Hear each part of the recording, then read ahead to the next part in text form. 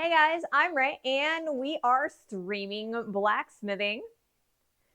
So, welcome to the stream. It is the very first one of the new year. Thank you so much for joining me today. I hope we have a blast. We do have a very full dance card today. So today we are going to be doing an unboxing. We are going to be drilling the holes in each of our pieces of the trivet, and then we are going to be riveting our trivet. So hopefully, yeah, haven't seen you since last year. So hopefully we can get that all in today. I have the heater on because Boris the Crocodilian, hey, welcome to the stream. Happy New Year. Happy. So I do have the heater on because it's going to be about halfway through the stream before we're actually turning on the forge. We've got a few things that we've got to do first. Like I said, the first thing that we're going to do is we're going to do an unboxing, or I guess an unwrapping. I'm not entirely sure how, we're going to open our package. Hey, Shelly, welcome to the stream and have a happy new year. Hope you guys are doing amazing. So we've got an ad that's going to be coming in about 2-ish minutes.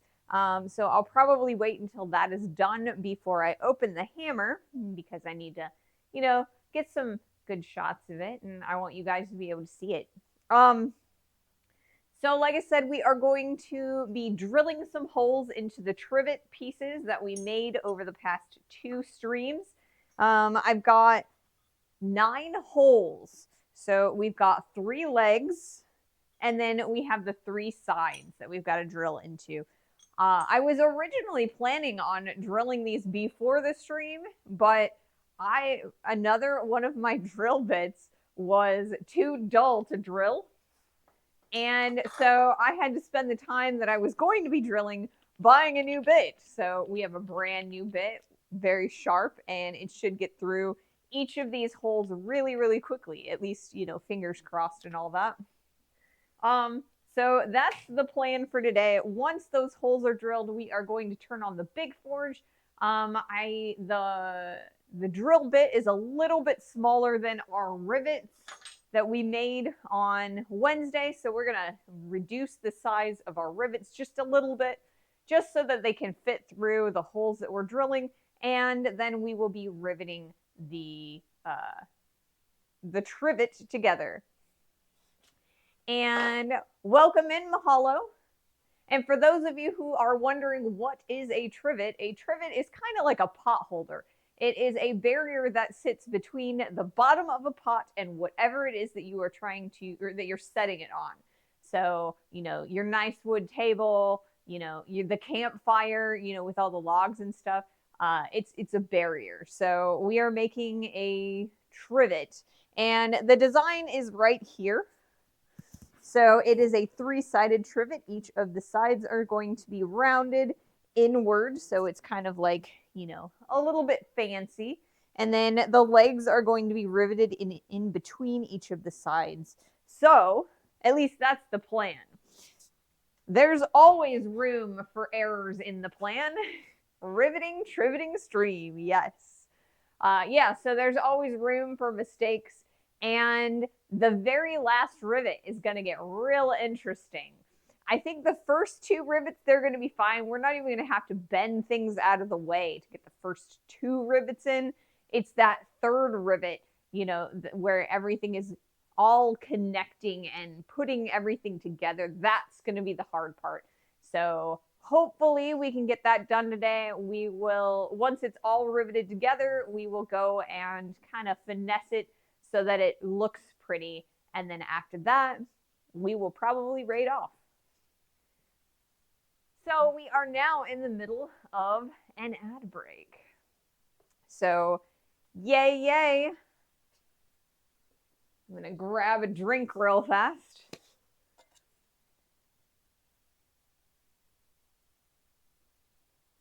This is what I get for using this lid. This is not the original lid that came on this. I keep complaining about that. I keep forgetting that there's like a little air hole.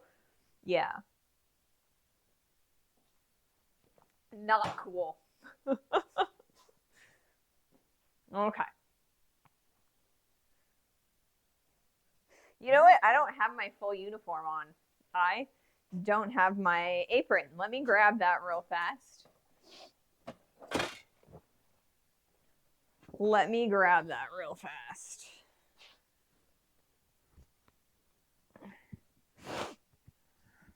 Ugh. So I walked into the shop this morning to kind of get things set up and to start trying to drill the holes into the sides of the trivet. And I walked in and ooh, I was wafted with this awful smell. There is some weird smell, and it's been. So I walked in today. The ad just stopped, so I will start this story over. I'm sorry, those of you who are subscribers or have Twitch Turbo. So I walked into the shop today, and I was overwhelmed with this absolutely wretched smell. So I'm trying to tough it out. Uh, But yeah, I'm pretty sure that there is like a small dead creature somewhere that I need to clean up, but I've already done 4 passes looking for whatever is making this awful smell, and I cannot find it. So hopefully after a few, I will go nose blind to this awful smell. Hey Yankee, welcome to the stream. And then this weekend, I'll be able to find whatever is making that smell. If not, I mean, maybe we'll come back on Monday and we'll be in the mini shop. You never know. If I can't get rid of the smell, we might spend a week in the small shop to air out the big shop. There were 3 dead mice in my furnace once, and when we couldn't find the smell that permeated, oh, that's awful. And then if you have to turn on the furnace, that's even worse. My parents had a vehicle, and it sat in a field for like 3 years before they bought it. It still ran, but there were like field mice and stuff that had made a nest inside of it. They thought that they got rid of the nest, like everything in the nest. And when they turned the engine on, that heat, oh, it was the worst smell ever. It was awful. So we'll just hope that doesn't happen here. We can air out the shop this weekend and everything will be nice. All right. So today I went to the mailbox again and I picked up my package. My package is my winnings from the get a new furnace while you're at it, right?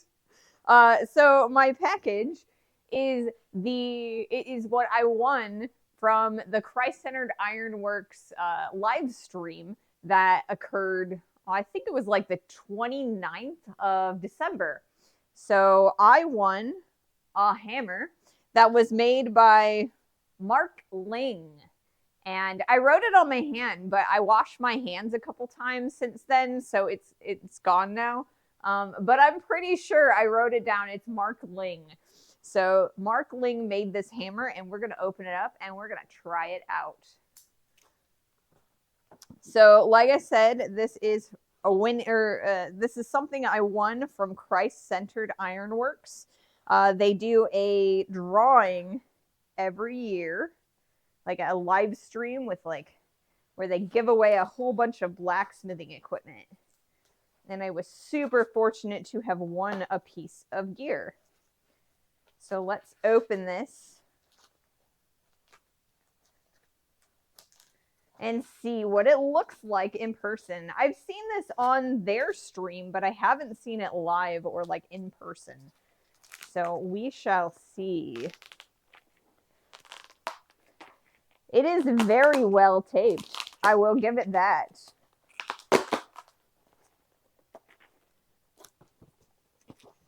Always point knives away from yourself, guys. Be safe in the shop.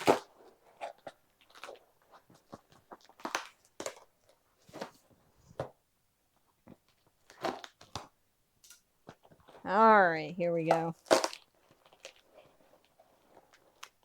Woohoo! check out that beauty. Ooh, look at that. Gorgeous. That can go over there. Ooh. Very nice. Let's see. How heavy is this? I was estimating it was about 3 pounds, but that was while it was in the package.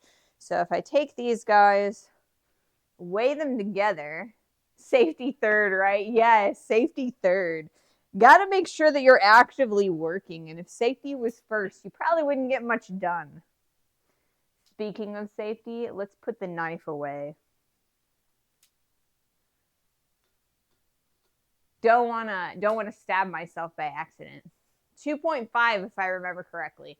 Yeah, I think you're right. It's a little bit lighter than this guy. This guy's a little bit heavier, and he's a 3-pounder. So this is a 2.5-pound round square rounding hammer. So we've got a lovely rounding hammer on that side, a lovely flat on that side. Like I said, this was handmade by Mark Lane. So I am going to switch cameras real fast and give you guys a decent view of that. Look at that guy. Lovely burned hickory handle. It's a little bit skinnier than I'm normally used to, but you know, that's gorgeous. Check that out. Lovely touch mark on there. Yeah, I'm really looking forward to playing with this guy. So this is the hammer that we're going to be using today. It may not be my daily driver, but, you know, we'll see how well it works, how well it feels in my hand. So I'm super excited about this guy. Super excited. Okay. Next thing. We are going to be drilling some holes. That way we can get to the point where we can play with this hammer. I really want to play with it. But first, we got to drill the holes that we can rivet into. All right. So, brand new drill bit. Let me load it up here. I had the butler bring my drill press out here so you guys could kind of see what I'm doing. Unlike when we were drilling the hole for the last set of tongs that we made together.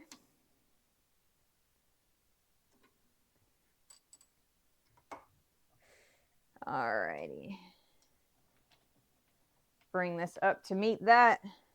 And I already have one of the legs loaded into this guy because, like I said, I started drilling it, but it wasn't doing so hot. So, all right, I'm going to move the camera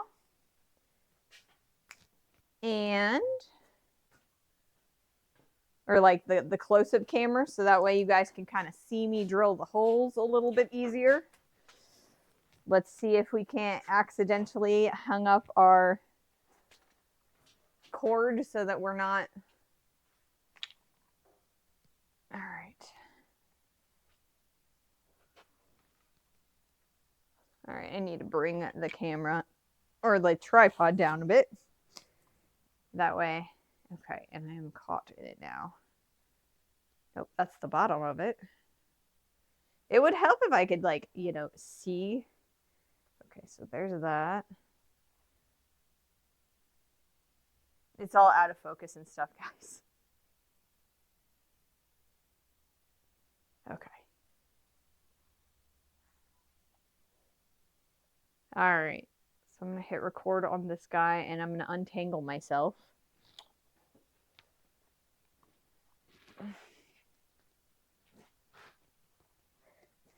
And then the next thing that we're going to do is we are going to put an inset in because I'm not gonna. Okay, so you guys should be able to see the inset of what we are drilling, but I want you guys to see what I personally am doing, I guess. I don't know. I don't know what's more interesting. So maybe, I don't know, I might switch the inset with the close-up. I don't know. We'll see.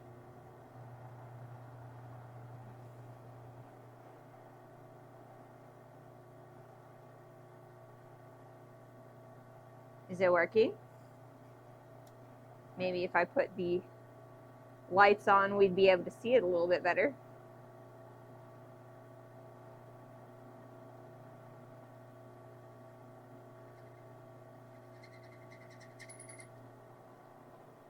All right. Let's check this out a little bit. Okay, I have seen it is actually starting to get, whoops, as the table shifts. Okay. There we go.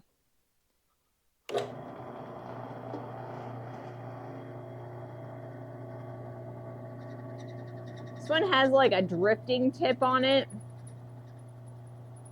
So it's actually being a little bit awkward. Oh, please tell me you're not gonna make it this difficult on me. I have pre-lubed this, so it should work. Goodness gracious. All right, fingers crossed. We can actually get this guy drilled.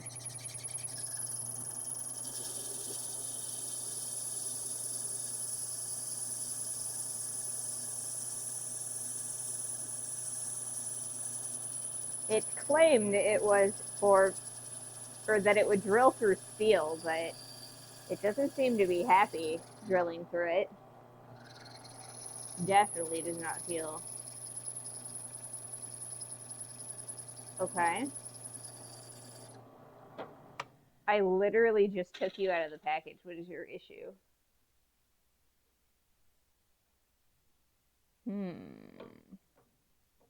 I don't know. Maybe I just need to be more patient. Patience is a virtue that I don't have a lot of.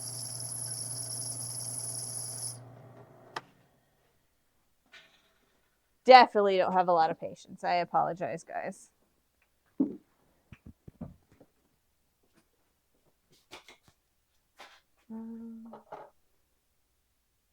Was that the other one? Or was it this one? Which one is the one that I...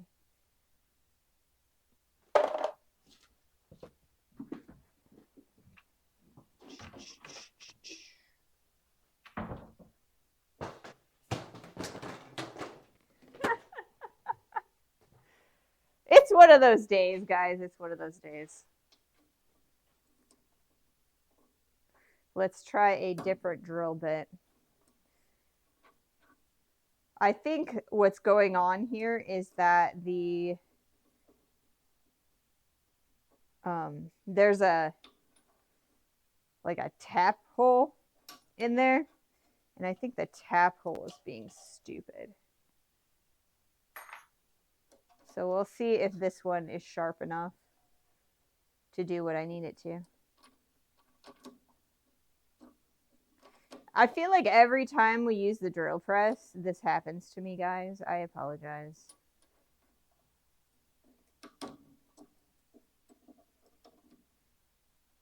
All right, let's see. Is this one sharp enough?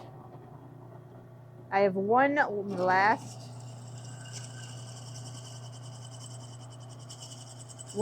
recourse if this is not going to happen with this bit.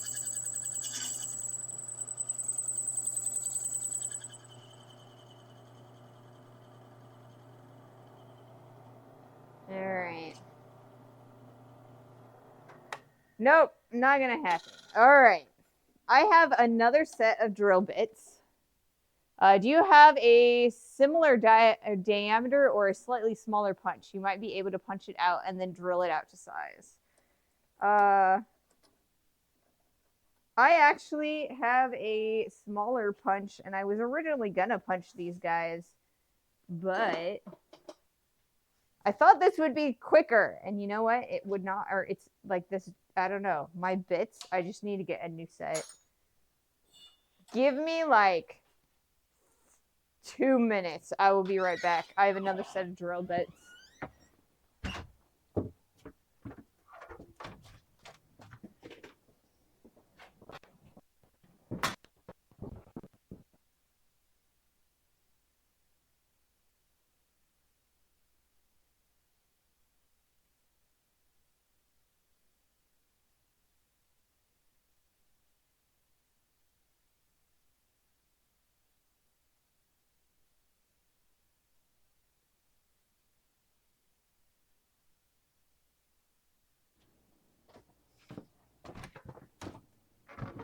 All right, hopefully I'm back.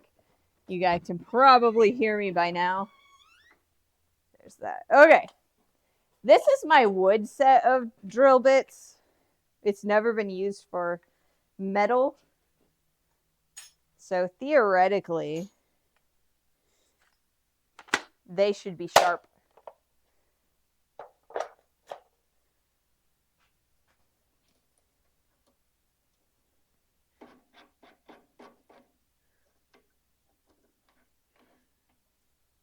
And I always buy drill bits that are rated for steel in case I need them.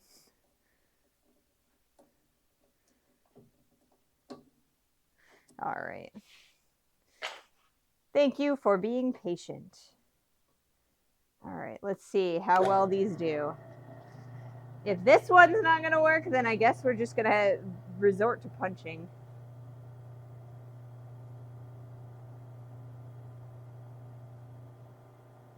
Okay. I guess we're punching. Ugh, annoying. Okay, well, let's start up the forge. Ugh. And here I thought I was being clever and efficient and whatnot, but no, apparently not. We'll start up the forge and do things the way I knew I should have started to begin with.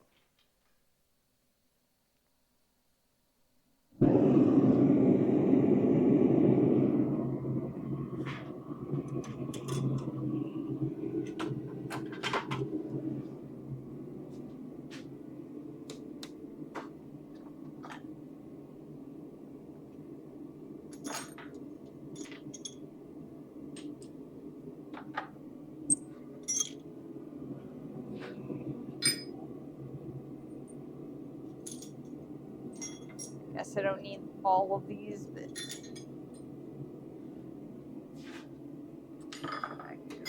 there.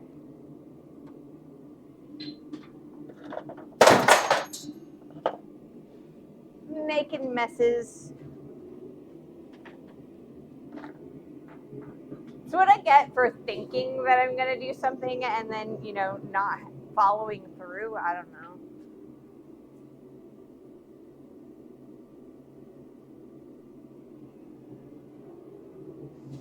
Okay. This one's my center punch. This one is the punch that we're going to use for these guys. It's going to go right through just like the other one. Or just like we were going to go through with the drill. And I guess this might take a little bit longer than I had anticipated. But it's a great opportunity. An attempt was made, right? It is a great opportunity to kind of figure out how well this hammer is going to work,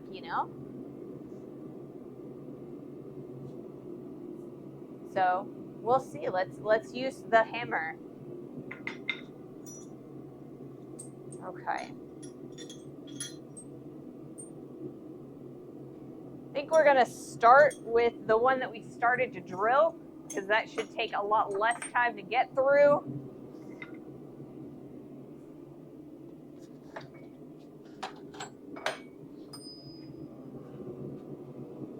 Hopefully that heats up relatively quick. It's pretty small. There's always a silver lining, right? Yes, we get to demo this lovely hammer and see how well it works. So I think I'm going to use the flat side of this hammer. Like I said, there is a curved side and a flat side. So we're probably going to use the flat side because, theoretically it should be the best or the better side to, you know, punch things with, or to like use for tooling, I guess.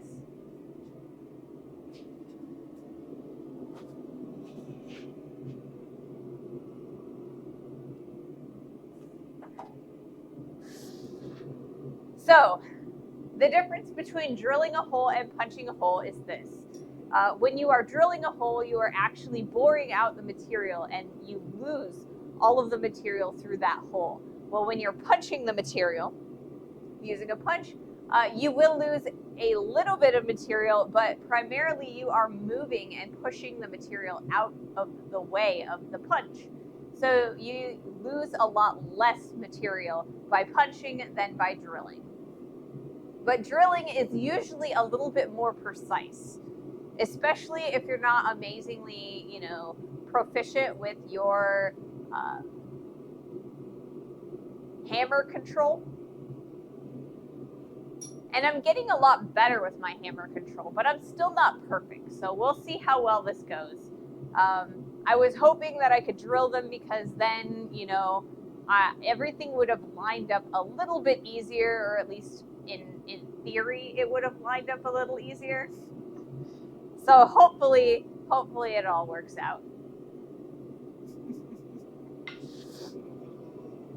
All right. Did I even put, you know what? I'm an idiot. I didn't even put the steel in there.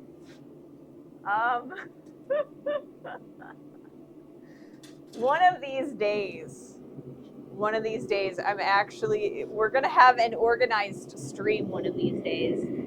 Just clearly not today.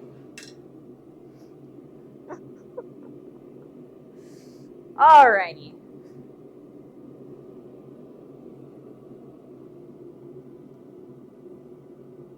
Yep. Yeah. I'm going to blame it on the smell, except that it has nothing to do with the smell. I can't even smell it anymore, so that's good. So let's see, what are we gonna be doing? Okay, yeah, I wanted to remind you guys that on Friday, a week from today, we will be doing our my affiliate anniversary stream. So we're going to be having a little bit of a party, and I am going to be giving away one of the Raise Smithy shirts. So right now I have like iron-on appliques, and I don't have the shirts yet. So once you guys win the shirt, you can send me your size. We'll get the shirt. We'll iron that on there, and we'll get that sent out to you guys. So there will be a chance to win the first of 2 Raise Smithy shirts that you guys can win. And like I said, I will be uploading the design file to a print-on-demand t-shirt. Oh, that smell. Can't you smell the smell? Yes. So yeah, I will also be uploading the sheet, the applique design, onto probably one of the print-on-demand t-shirt sites. I have to do a little bit of research this weekend to see which one I want to use, and I gotta order one of the shirts and get it to come to me first, so that I can make sure that the quality is high enough for my expectations and my desires. Because I mean, I don't want to sell you guys like crappy t-shirts. I want it to be somewhat quality, and even better if I can find a place that's going to give us as much cotton as possible. That way you can wear the shirts in the shop without fear of melting it to, you know, melting the shirt to your body, or just like melting the shirt. Let's see. So that'll probably take me a few weeks to get all that taken care of. I will let you guys know once that shop is open. I'm thinking that we're probably just going to use a Twitch like extension for the giveaway on Friday, so I'll need to download that so that we can, you know, so you guys can just type in chat whatever the keyword is, and then you'll be able to enter into the shirt drawing. I was kind of wondering if maybe there would be a way to use channel points, but I'm also a little bit leery about using channel points because I don't know if I can make that happen. So we'll see. I'll let you guys know when I figure out how you guys are going to enter into the drawing. So I saw you guys posting about the shoulder vote. We are going to be making a pauldron, and I am taking suggestions for what design that we want to put on that pauldron. And so I gave you guys 4 suggestions, or maybe it was 5. I think it was 5 because one was the Mandalorian, there was Cloud Strife's shoulder, there was Sephiroth's shoulder, Urza Scarlet's shoulder from Fairy Tail, and then I uploaded Varian Rin's lion shoulder. Now, I don't want to do the eagle shoulder because that's a little bit more, there's a little bit more pointy outwardness, but I could definitely do the lion shoulder. And a couple other people have added some shoulders. Corwin added a 4-piece, more historical looking shoulder. So all of those are there, and you guys can vote which one you would like. I will set up the poll once the stream is over. Hey, Dr. Optimal, welcome to the stream. Hope you're having a good day. Time to rivet a trivet to make a pivot? Something like that. So my original plan was actually to drill all of the holes, so all we had to do was rivet the trivet today. Well, the drill bit, the brand new one that I bought, is not working very well. So we're gonna punch the holes. So we have to punch the holes and then we can rivet the trivet. So we've got a little punch here, and that's what we're gonna start the day with. All right, we've got plenty of heat. And let's move the camera real fast so you guys can see.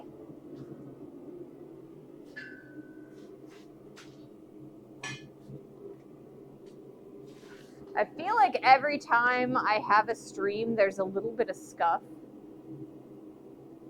You know, if it's not camera scuff or, you know, Twitch or OBS scuff, it's like metalworking scuff. All right, cool. There's that, and I'll move the camera around a few times while we are working. Okay. And an ad is going to start very shortly, so I'll wait until the ad is over. Goodness gracious.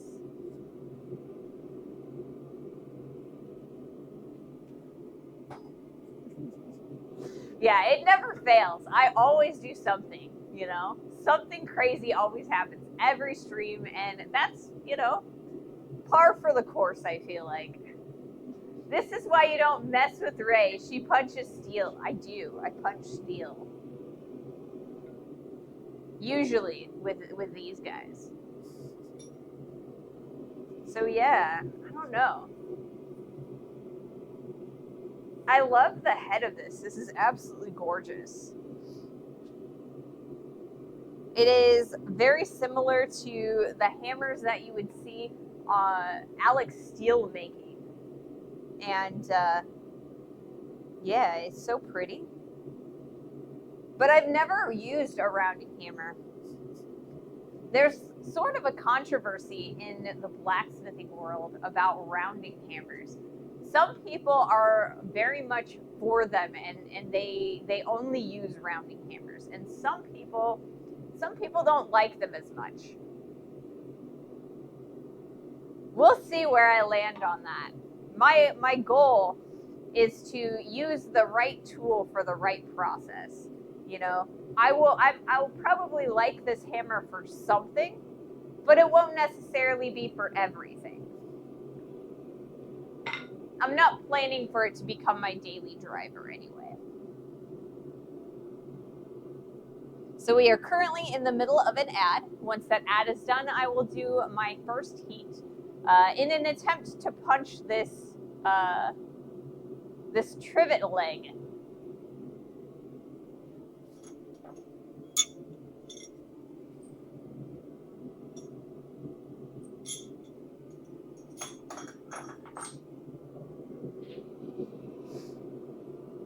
Man, my fingers are already filthy. Part of me wonders if it's from this hammer, but I don't think it is, because this hand is filthy too. It's just this shop is filthy. They're horrible. Rounding hammers are blasphemy. You can secretly send it to me for proper disposal. Right?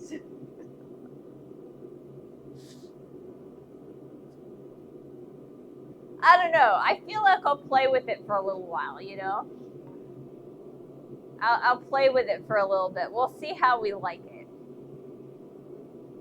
We'll see how we like it. All right, let's do our first heat. We're going to punch a hole in a piece of steel. It's probably going to take us a couple of heats to do this because it always does for me. Unless, you know, there's always a chance that this rounding hammer will become a miracle hammer and it'll make it so much easier. I don't know. To do a punch mark? I don't know.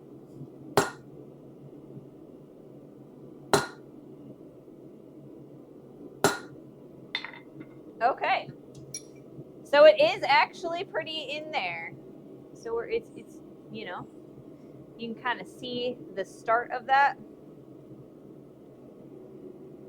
So we're going to get some more heat and we're going to keep on keeping on through that. Hopefully it doesn't take too terribly long, because I don't want to spend all day doing that. I want to get the riveting done. Imagine people using the right tool for the right job, right? I'm not amazingly good with this particular punch because this is like the baby punch. This is not really, you know, one of the large punches. And I'm always a little bit afraid to, like, hammer my own hand when I'm using tooling. I was so afraid of it that one time when we were doing, I think we were doing the bottle opener. I think I bought a test tube holder just so that I wouldn't have to hammer my hand anymore, because it was bad that day. It was bad.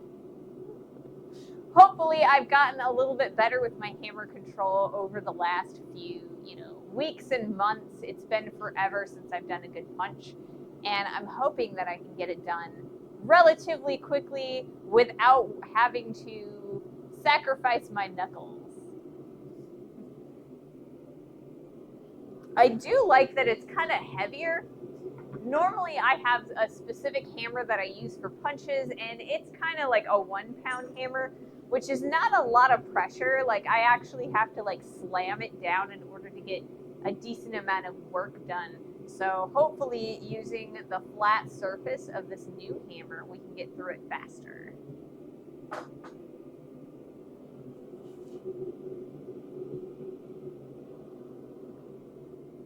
So in this case, this hammer might actually be the right tool for the right job.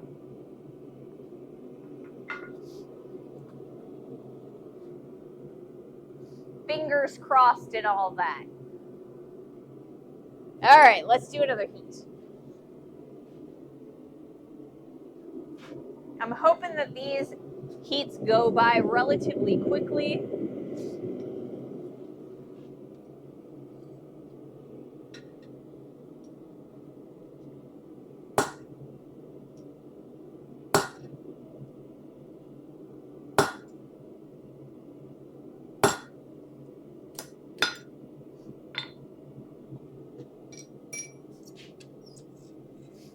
All right, we're about halfway through already, not bad.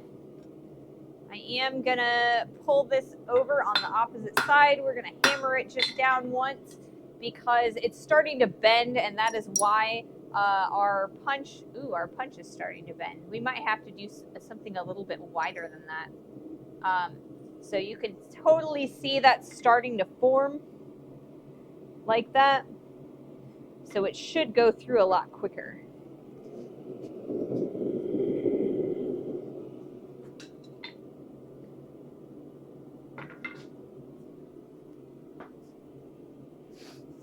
Our thing is really handmade, though, if it doesn't include some blood, sweat, and tears.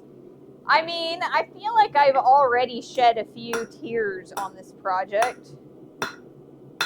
Not any blood yet. I do gotta say, though, when I was in college, that was my motto, right?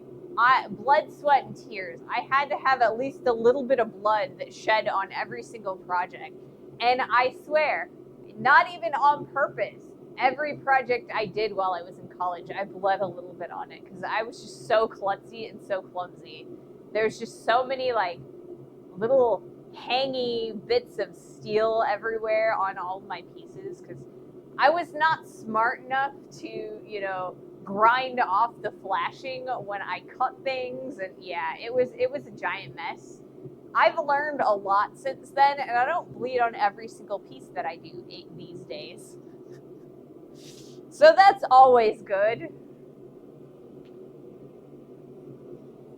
All right, I think I'm gonna grab some of our lubrication.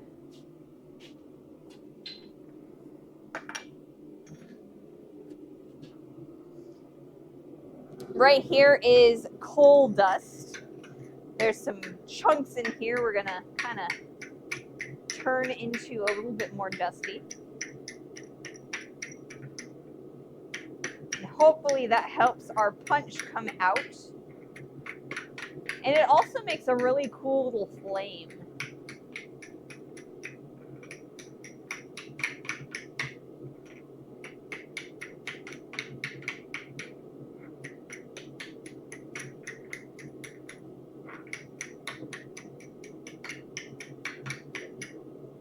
And this is my giant chunk of 4140 that I use to crush things.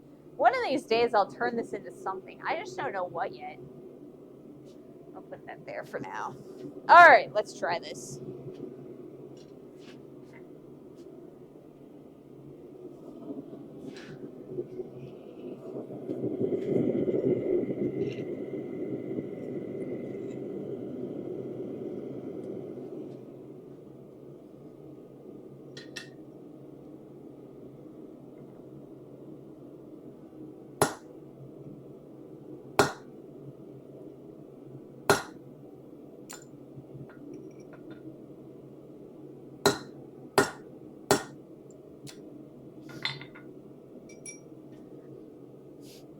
All right, so from here, I think what we're going to do is we are going to hammer from the opposite side. You can kind of see a ghosting of where that hole started. So we're going to come over to the Pritchell hole and hopefully we can get rid of the plug and we'll have a fully functioning hole through that piece. And then we can start our next hole. A 4140 pizza cutter goes through the pan and everything. I don't think it'd go through the pan, but a 4140 pizza cutter would be really nice. It'd cut things real sharp, and I think it'd work pretty well. This is a pretty big chunk of 4140, though. Pretty big chunk. I think that, I don't know. Maybe that's a good idea for this chunk. We could try that if you guys are interested sometime down the road. I've got a few jobs lined up that I'd like to do in the next couple of projects at least. We are going to be doing that shoulder project next, and that's going to be started Monday, maybe Tuesday at this point.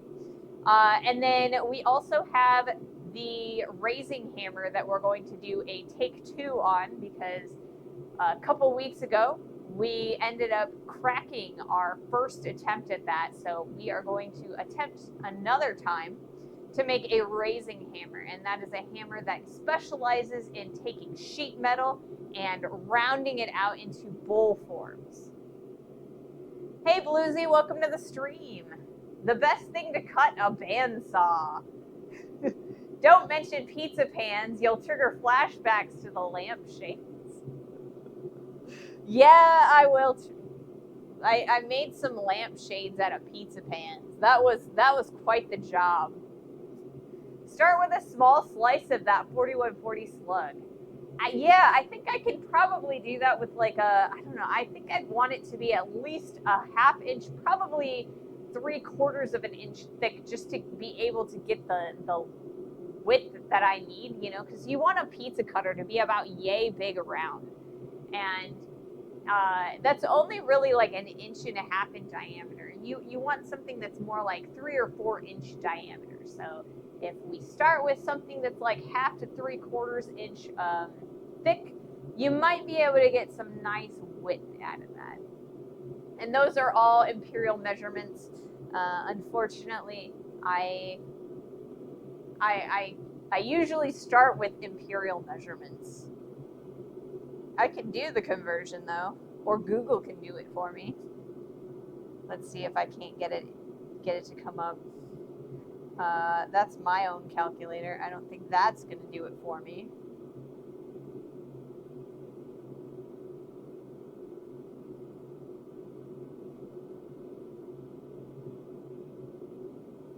1.27 centimeters, which is a ½ inch, and then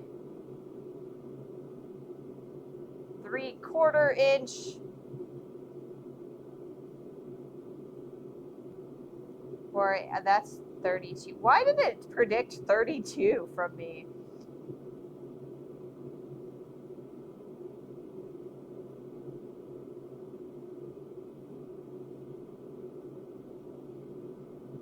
And then 19.05 millimeters for the 3/4.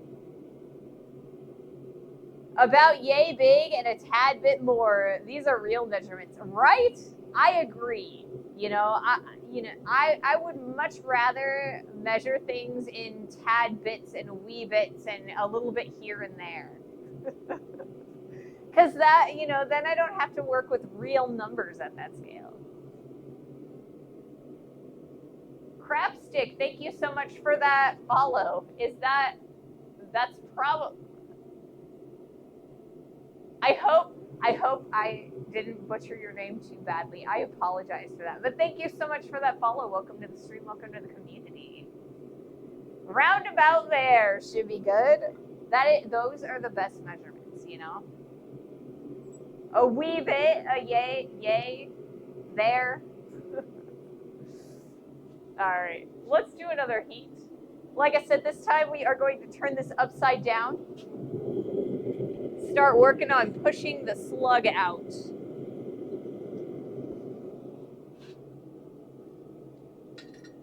All right, let's see if I can center this guy real fast. And it would help if my hands weren't so shaky.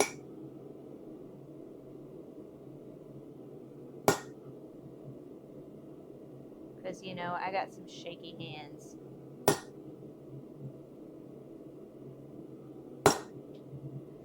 Okay.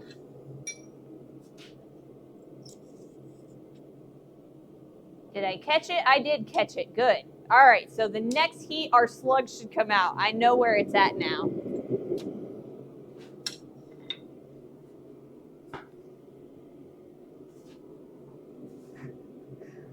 Roundabout there should be good. Works well for describing the fish you catch too. Yeah, it was yay big somewhere in this area. Just don't want to be all kilter-wampus or cattywampus, kilter-wampus, because that'd be no good. Yeah, cattywampus is bad,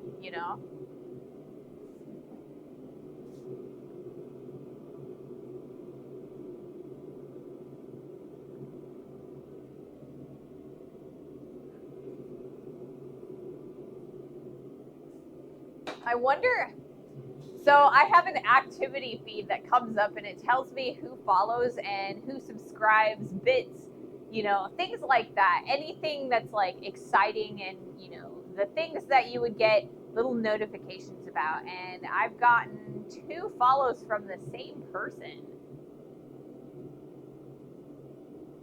Oh, it's Cryptstick. It's two different accounts. So thank you so much for following me, both of you, or both of your accounts, whichever that happens to be. Thank you so much for your support.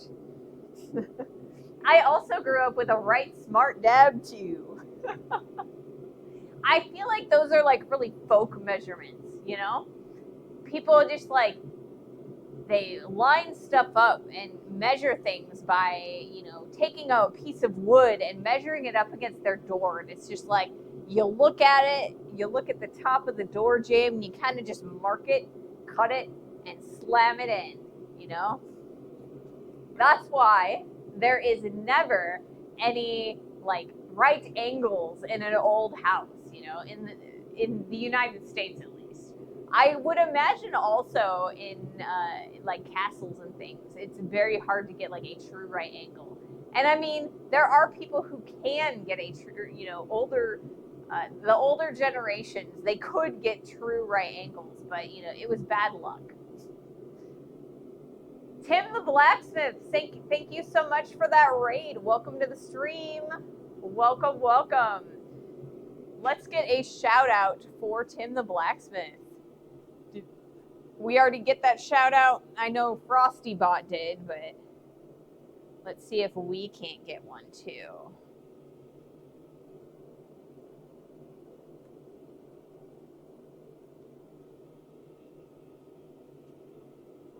Thank you so much for that raid. Thank you, thank you. And if you need to leave, that's awesome. Have a good rest of your day. But if you're sticking around, or what were you guys working on today? Anything fun? We're punching a whole bunch of holes, and hopefully we will be doing some riveting today. That's the goal anyway. I'm going to do another heat real fast.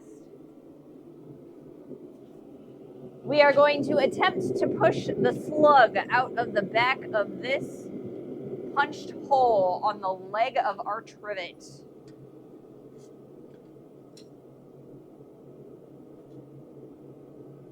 Let's see if I can get...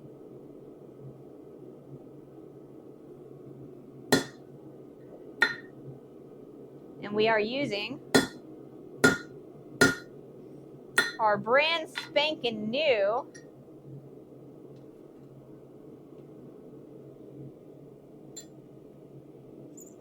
Mark Ling hammer.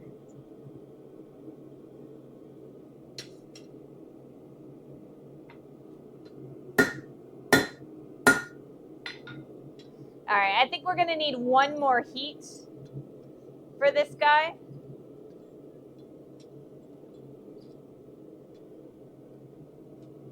You can kind of see that it's coming back and forth. We just gotta rip through that.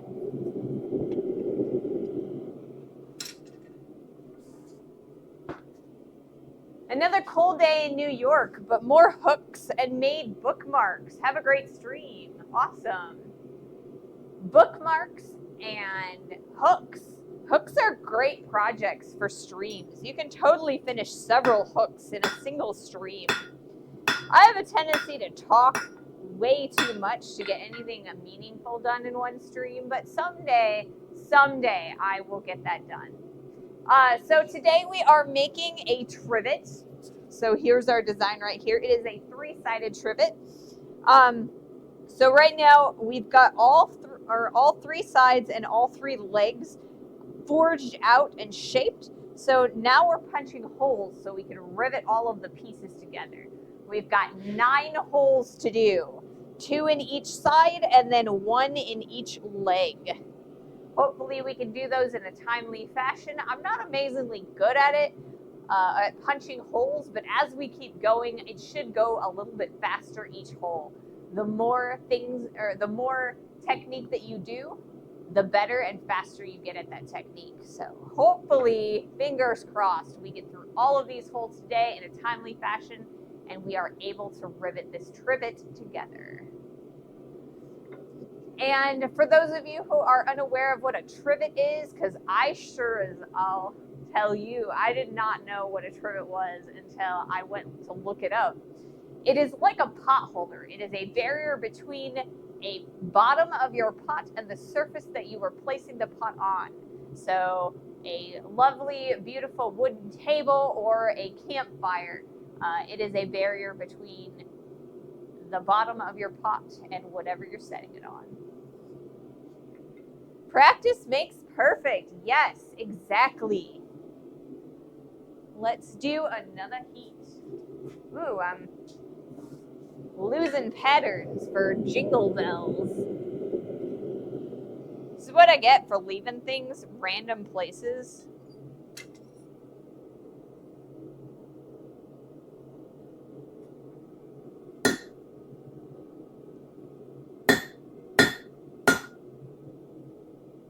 Oh, come on. You know you want to come out of here. Need to straighten this guy up. It's starting to curve and bend a little bit, and that's going to make it harder to get.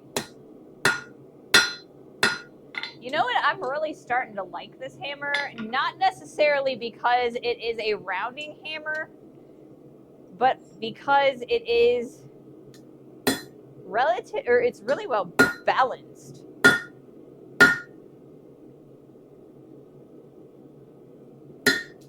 There it went. I heard it fall on the ground. Now let's see if we can't get this piece out of here.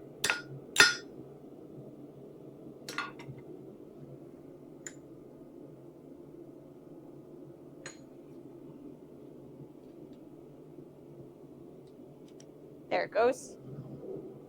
Now I gotta cool that off. One hole down. 8 to go. Ooh, it's almost 50 below here in the frozen north today. Ooh, that sounds awful. I am privileged to not even be below 0 today. Let's see, what does Google say it is? It is 32 degrees Fahrenheit, so that is 0 degrees Celsius. It makes it real easy when it's freezing because, you know, isn't that the conversion? Okay. Woohoo! There's a hole. It's all the way through. Pretty exciting. All right, so we've got another hole to go. Well, first I think I'm going to cool that down just so that I can touch it, move it around, and not have to worry about burning myself. All right, so we've got a hole. So line it up to our next piece.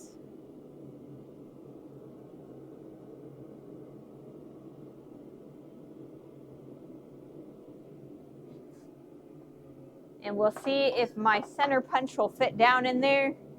Probably won't. Doesn't look like it.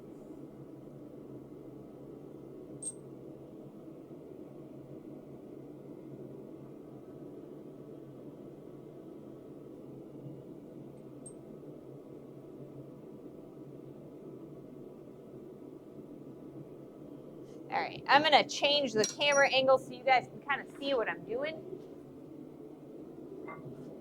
So I've got the hole that we punched, and this is the next hole that we're going to punch. So I've lined up both of those tops together. We're gonna press those down like so that we're looking at them. I need it in the center. We line that up. We need to bring this back just a hair.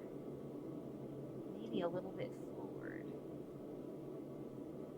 So it'd be a lot easier if this punch would go through. There we go. The hole that we've already made.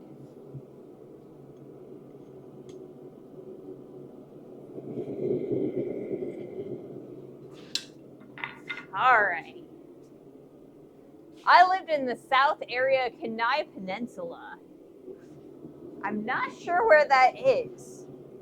You'll have to let me know.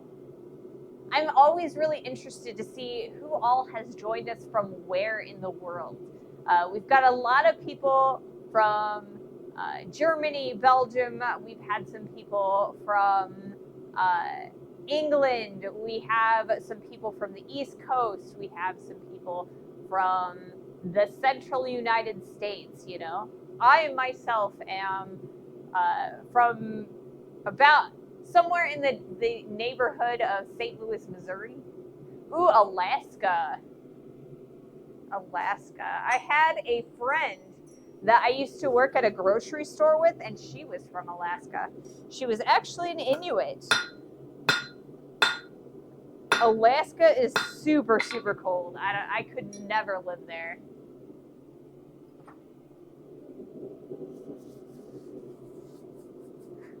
Want an easy hack for that next time? Use an old Phillips screwdriver that you're okay with getting beat up to mark it through the hole of the other one.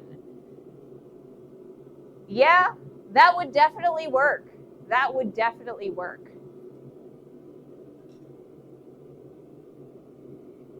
I have to keep that in mind for next time.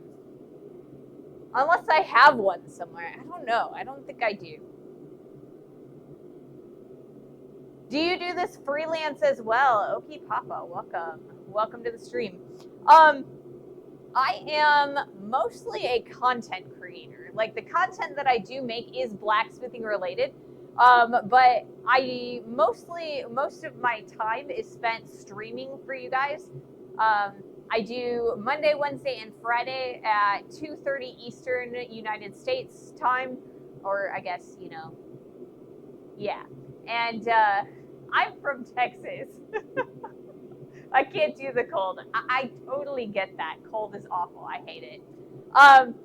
So yeah, I mostly stream my blacksmithing, and then I make videos about it, and that's kind of where my money is supposed to be coming from when I do, you know, make money. So I've got an ad that's starting in about 1.5 to 2 minutes. So there. I'm so fat.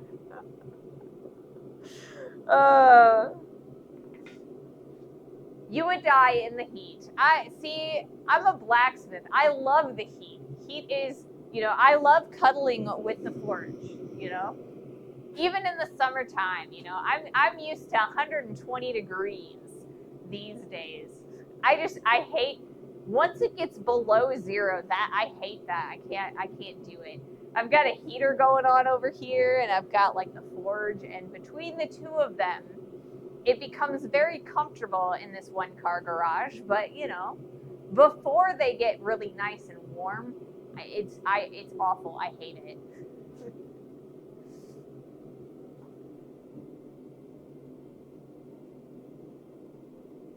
Bob, we had a baby. It's a boy. Thank you so much for that follow. Welcome to the stream. Welcome to the community. I hope you have fun. It's been over 20 years since I've swung a hammer, though. See, it's never too late to start up again. In 2020, I got very, very sick, and I couldn't even get out of bed for a couple of months, and then finally last year in November, I guess it would have been 2024, I came back out to the shop, and I could only be out here for like an hour at a time, but I came out here and I built up my stamina, and now I'm up to being able to be out here for 4 hours at a time. So, you know, it's never too late to try again. Can't grip them right. I have nerve injuries. Oh, okay. Yeah, that could be a problem. Can't really, if you can't grip the hammer, it makes it really difficult unless you're using things like a press or a power hammer, and those can be restrictively expensive. So that's completely understandable. I remember those collect call commercials. Dial down the center with 1-800-COLLATT. Is that what you're talking about? The Geico commercial. Way too poor. See, I'm way too poor for those as well. I also don't have a power hammer. I do have the press, but that was kind of a windfall of money, and I spent it at the right time. So we are currently under an ad break.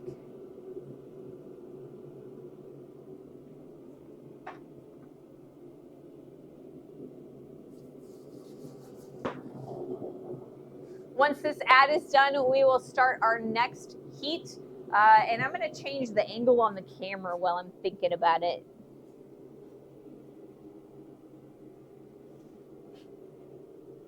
Let's see. I'm going to come over here. And I'm going to try not to trip over the stuff.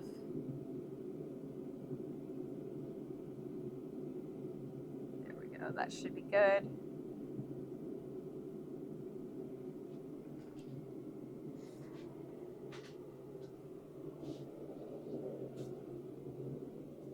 Okay.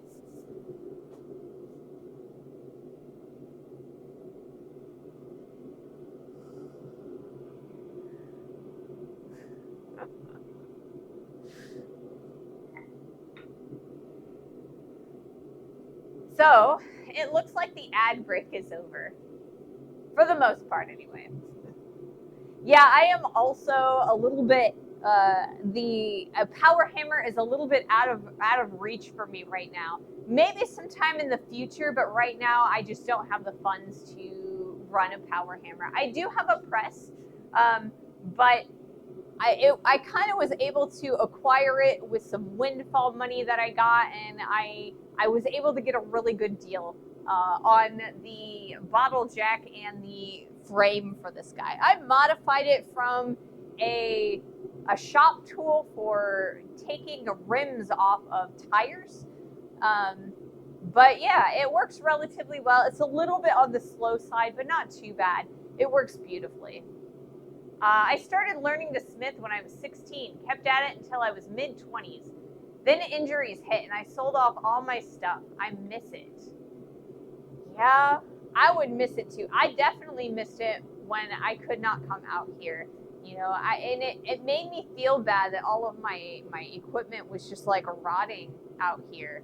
You know, and I came back out the very first time and I spent the whole day like cleaning up all of my tools and making sure that everything was nice and clean. And it took me a couple days to get that done too. So I'm glad that I'm able to do this, and you know, I do feel bad for those who cannot, you know. It's so much fun. All right, let's do another heat. I've changed the angle on the camera, and hopefully I can find an inset that works pretty well. Okay, that should be you. Let's start this first heat. So the first heat on a new hole is always a little bit on the slower side because I've got to make sure that I line everything up perfectly so I can make my first hammer blows count.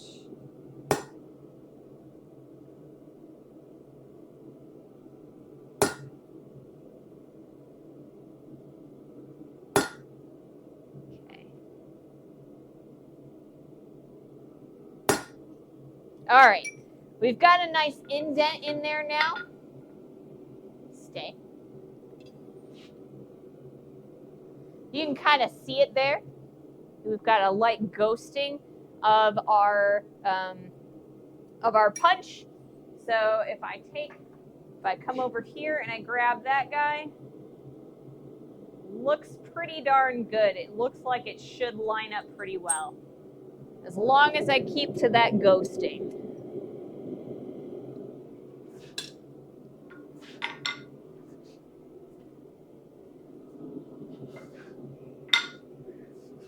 I am semi-old now, so I am all right with being able to do it anymore, or without being able to do it anymore. I'm enjoying relaxing at home with my books and tea.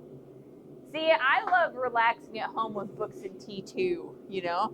I have multiple hobbies. This used to be one of my hobbies, and then I started doing it as a job, and now it's kind of more like a job and less like a hobby. So, you know, I gotta move on and find some other hobbies. And one of my hobbies is video games. I like to read.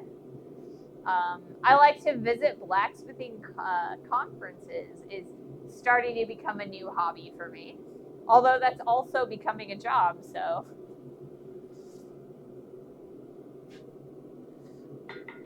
Lots of fun stuff. The blacksmithing is relatively expensive, but if I can get this to kind of support itself, then maybe I can throw some more money into my sewing hobby. Sewing is getting really expensive lately too. It's one of those things, you can only have so many expensive hobbies at any given time. Right now, this is kind of my expensive job hobby, or jobby. We'll see. We'll see. So what is your favorite kind of tea? I really like Earl Grey, and I don't think it's just because Captain Picard always ordered Earl Grey from the replicators on the Enterprise. Stone carving is a fun hobby I used to do too. I did primitive stone carving years ago and made a pipe bowl out of soapstone and carved a tree of life on it. Gave it to a friend for a birthday present. Ooh, that sounds really pretty. I knew a guy that did wooden pipes. I met him because a friend of mine connected us because he wanted to add a copper ring on one of his pipes. I was never able to kind of get it to work for him, but I let him buy some of my supplies. So I hope he was able to do it in the end. These days, I could definitely do it. I know exactly how I would go about it. But back then, I didn't know as much. I was really green. Russian caravan tea. It is smoked black tea. It's my favorite, but I also like Earl Grey. A London Fog is my favorite drink. I've never had London Fog. I should try it sometime. But I have a tendency to like not brew my own tea. Like if I'm looking for a tea, I have a tendency to like go to Starbucks or like another coffee shop and let them make it for me. Or at least let them, make the hot water. It's really arbitrary as to why I do that,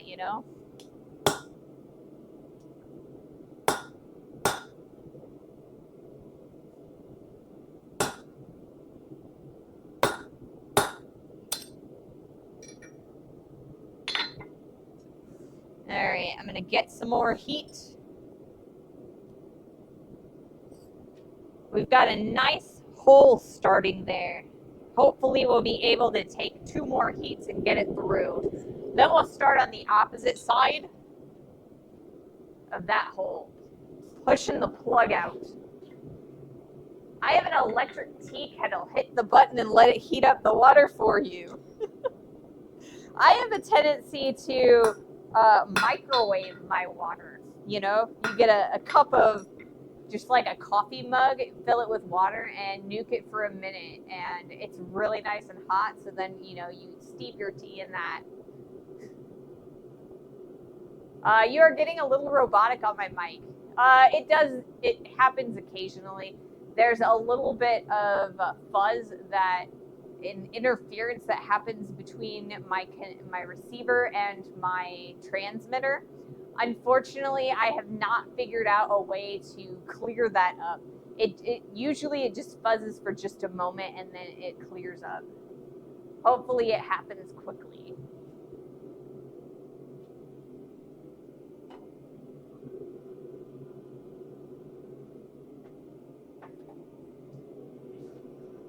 Honestly, I think it's a little bit because there's just so much metal shavings and dust and magnetic objects around here that sometimes the interference gets a little bit much.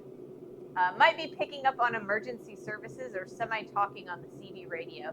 That could also be the case.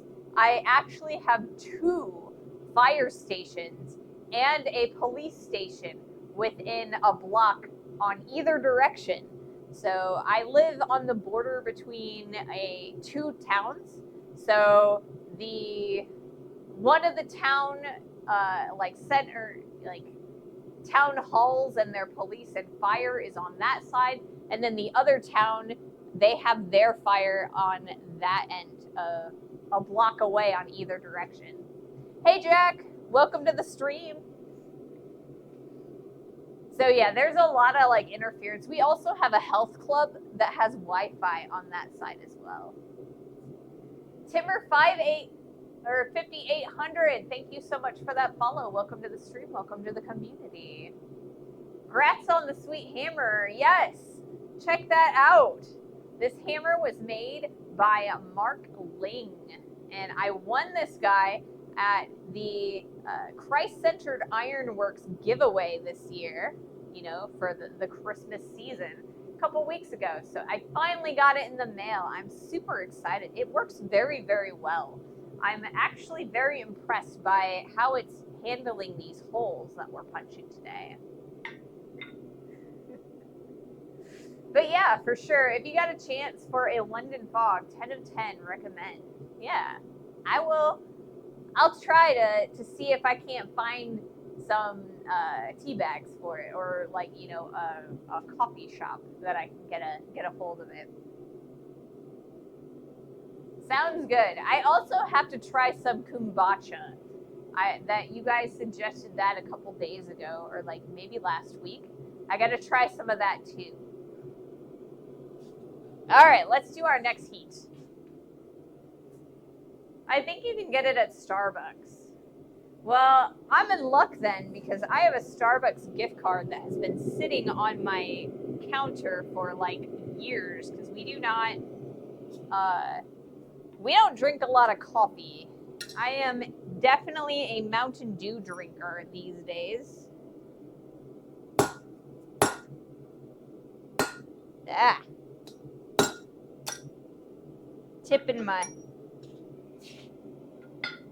Missing my hammer blows a little bit there.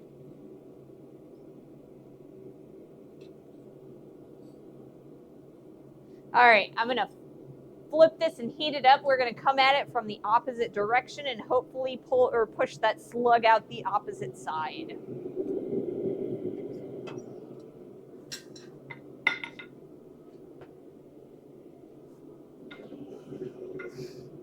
But yeah, so I have a package that's coming in here tomorrow, I think. It'll probably arrive tomorrow or Monday, one or the other. UPS tracking says it should be here between 3 and 6 p.m., but we'll see. I always feel like Amazon and UPS, I always get their packages a day later than they tell me on the tracking. But my torch is coming. So for Christmas, I got enough money from all of my, you know, my Christmas family presents. I was able to purchase a good torch. So we've got a little torch. That's the brand name of it. And it is the exact same torch that I used while I worked at Jared. I did their repairs for a while. So I can resize rings and solder them together, and I can, you know, set stones and do tipping and all kinds of stuff. So we're getting a brand new torch, and so hopefully that arrives and we can do some goldsmithing and a little bit of silversmithing. So I'm super excited for that. It is a oxypropane, so I'm going to be using the same tanks that I use for my forge, and the little oxygen tank that I bought for my oxyacetylene rig. It's too small for the acetylene tank that came with that rig, so hopefully the little oxygen tank works for our silversmithing and our soldering for goldsmithing. Super exciting to be able, and I'm super excited to share more than just blacksmithing with you guys, because this is just a little sliver of the things that I love doing and love about metal. Blacksmithing is great. I love it. It's one of my favorites. But silversmithing is kind of where I started, and then I am a journeyman jeweler. So That's where my apprenticeship, went. All right, let's do another heat.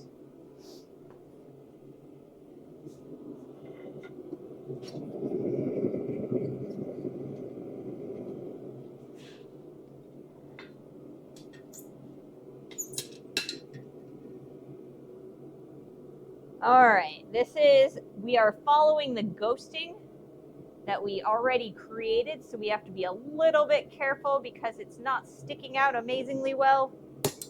So we've got to kind of figure out where it's at. I think we found it. Looks like it. All right, so if I put that there, move that out of the way, and you could definitely tell it is starting to push back out on the other side. So we've got a hole there and a hole there. So hopefully, fingers crossed, our next heat will be able to push that slug right out of there.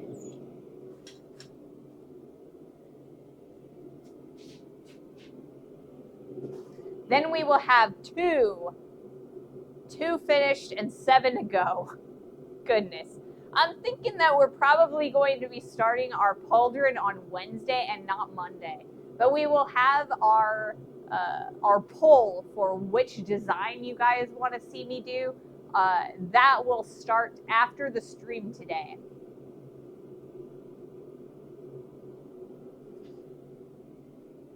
I will give you all weekend I will give you all weekend to decide which design you would like to see, and then I will cut out the pieces so that we can start working on that by Wednesday. Like I said, I think I'm going to push it back to Wednesday because we're going to be continuing to rivet this trivet on Monday because, like I said, I thought I was going to be drilling these holes, and unfortunately we're punching them. It takes a little bit longer for me to punch a hole than to drill a hole.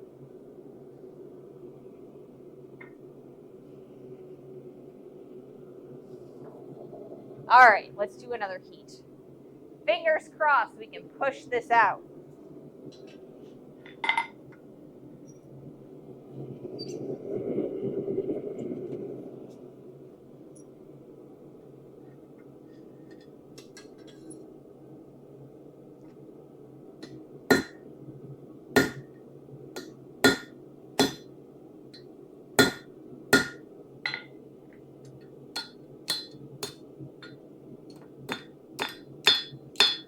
It's been bent, so we're having a little bit of issue there.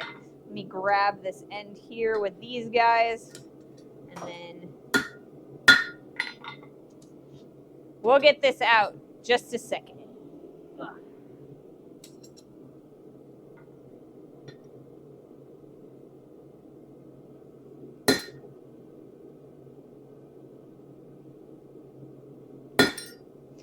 Let me get one more heat just to make it a little bit easier. Promise it'll be out next heat. You can kind of see it right there. That's the plug ghosting out of there.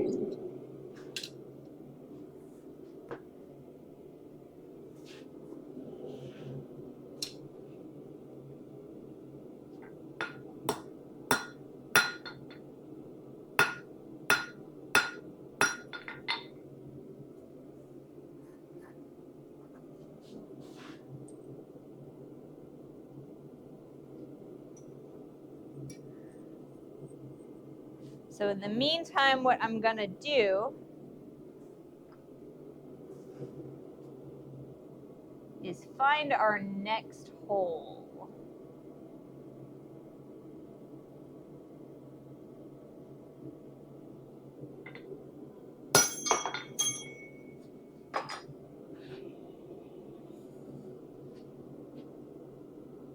There's that one.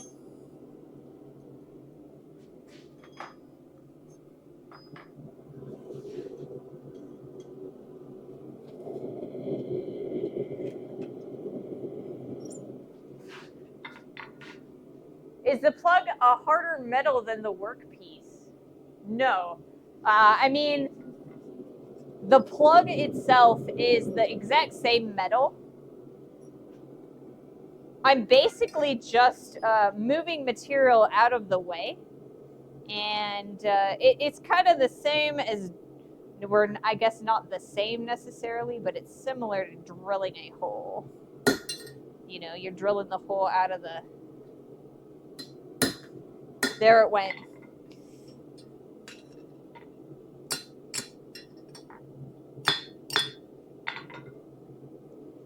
You know what? I went to grab that because I'm a smart lady. There it goes. Now we have our second hole complete. I'm going to cool down our punch a bit. It's starting to get a little bit warm.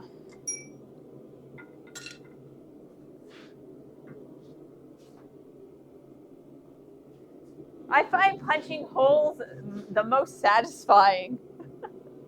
I don't know about that. I saw that and was like, no, don't do it. Wait, cooling the punch? Or grabbing the piece? Yeah, I almost grabbed the piece. Yeah. I'm very bad at that, but I usually figure it out, you know, before I actually do it. Let me see if I can't find any of the plugs. I think that's a plug from a different project. Yeah, that one's pretty big. That's not a plug from this project. It's on the floor somewhere. I don't know where it is. Oh, here's one, I think.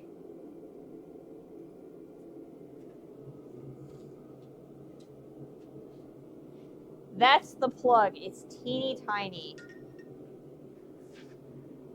No, we all saw you think about grabbing the piece, right? Yeah, I did. I was thinking about picking up the piece, and I was like, wait, no, that's probably a bad thing. So this little guy right here is the little plug that we pull or pushed out of one of the two of these holes, right? So it's a little round thing, and it's not actually that thick, right? But that is actually what got pushed out of this guy right here.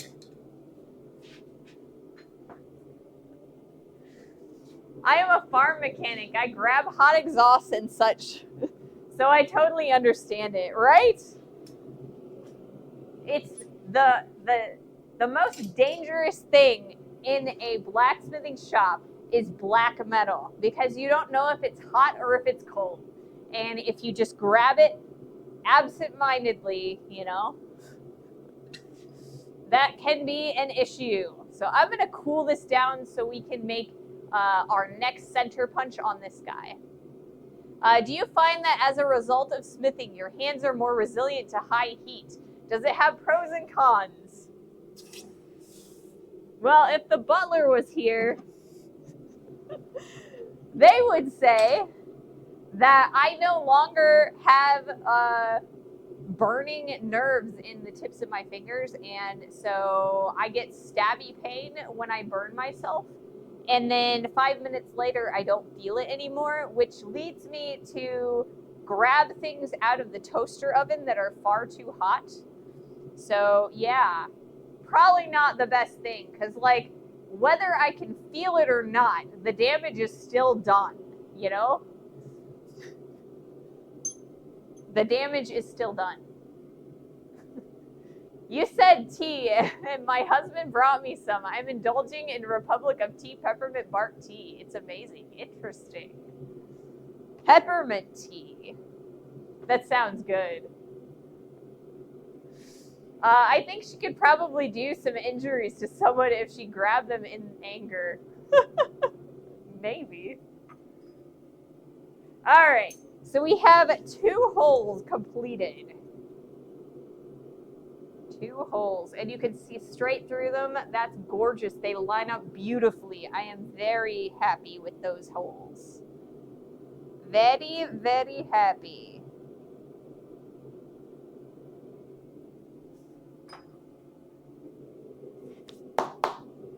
Two down. 7 to go. 7 to go. All right. Let's change the angle on the camera again.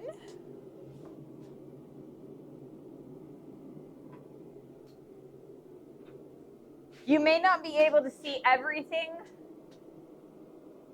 from one angle, but I'm hoping that if I move the camera enough, you guys will be able to see everything eventually.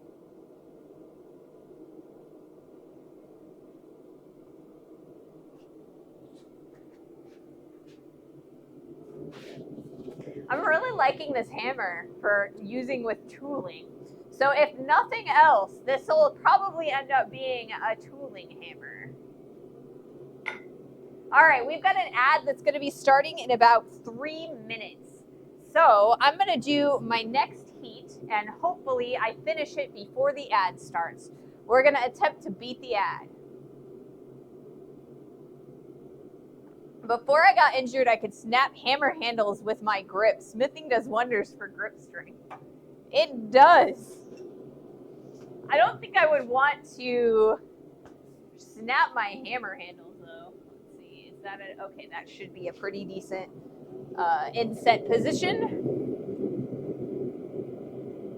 But if it's not eventually, do let me know if the inset is ever blocking you guys' view. All right, it's that very first heat. Got to be real careful to make sure that the ghosting is exactly where I want it. All right, I think I need to move it over just a hair like so.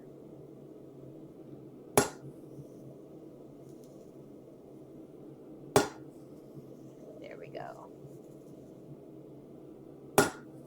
Pretty happy with that ghost.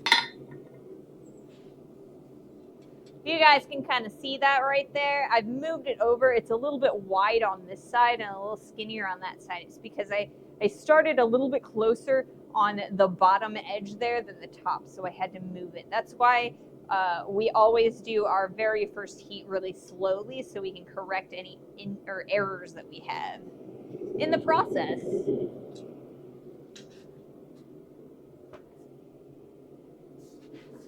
I can crush empty Coke can with only moderate effort. Right? Hey, Chris.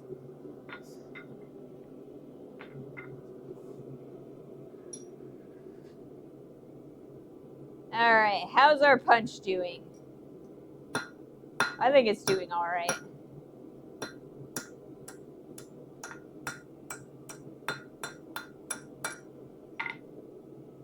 Oh, the butler's going to the gym.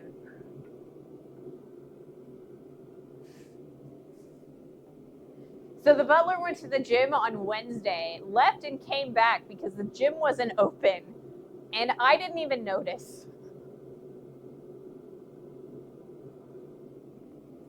I find it odd, though, because there is a garage door behind the camera, and I have a full set of windows back there, so I can usually see when someone takes one of the vehicles out of the overhang.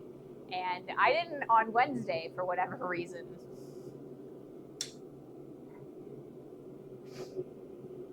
Yeah, I'm really liking this hammer. I like it a lot. It's also just the right weight.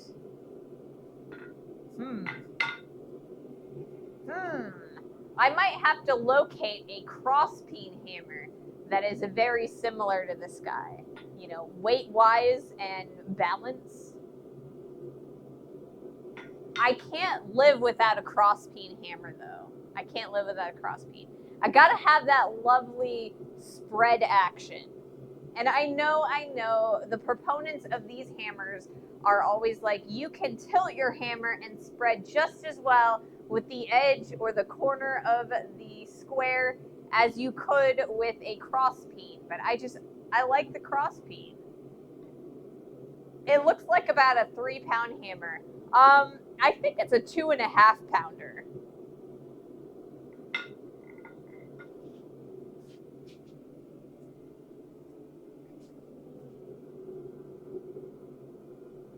Jack, I want a diagonal peen as well. That is one of my dream hammers, a double diagonal.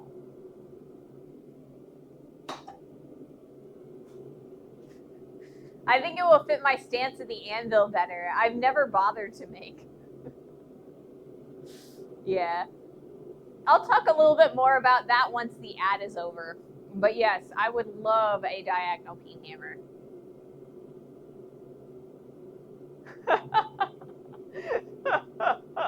What type of peen do the ladies prefer?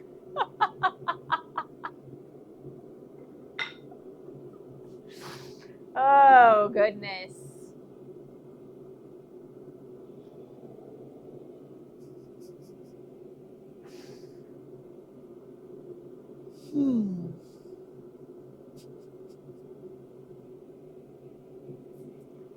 So, yeah. I'm starting to run low on my water, so eventually I'm going to have to go into the house and grab a Gatorade. I think I'll probably go through, you know, a Gatorade and then maybe a little bit because we're getting kind of late in the stream, and I will say that the smell is making it make me wanting or want to drink more because it's like burning my throat a little bit, just a little. So yeah, I really want a diagonal peen hammer because I also have a diagonal stance. Like when I'm really heavy forging, I always I come at the at the anvil at a 45-degree angle because my first few hammers that I was using, if I used them this way, I always knocked my knuckles on the horn of the anvil. So I adopted this angle stance to save my knuckles. And so it makes it a little bit challenging to use a cross-peen hammer because it's just not my normal stance. So one of my dream hammers to have in the shop is a diagonal peen. I used to put salt packets in my lip like dip when I started. Just drink lots of water. Yeah. Drinking lots of water is good. I drink so much water these days. A dog head hammer would be nice. See, I don't know. I don't know if I want a dog head because they're so front heavy. You know, they have a purpose. I just don't know that I have need of one, if that makes sense. I noticed that you avoid swinging the hammer with your knuckles over the anvil. Did you have skinned knuckles a lot before doing that? Not necessarily like skinned knuckles, but I did punch the horn of the anvil a lot. So while it didn't always break the skin, they were definitely bruised. All right, let's do another heat. Is that an yeah, that's an adequate, yeah. Place for our inset.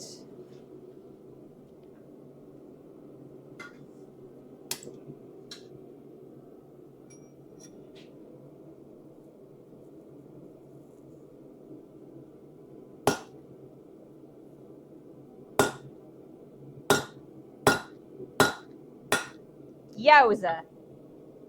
I did not actually hit my fingers, but that tip kind of yanked the punch in my hand. All right, so we've got a nice, lovely hole starting there. So hopefully in a couple more heats, we'll have that plug out of there and we'll be on to the next one.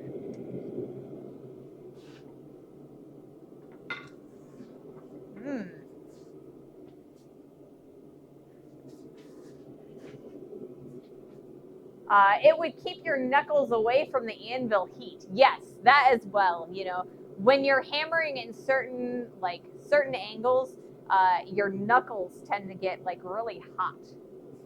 Luckily, you didn't fracture a knuckle. Yes, that has also happened. I have fractured my knuckles before.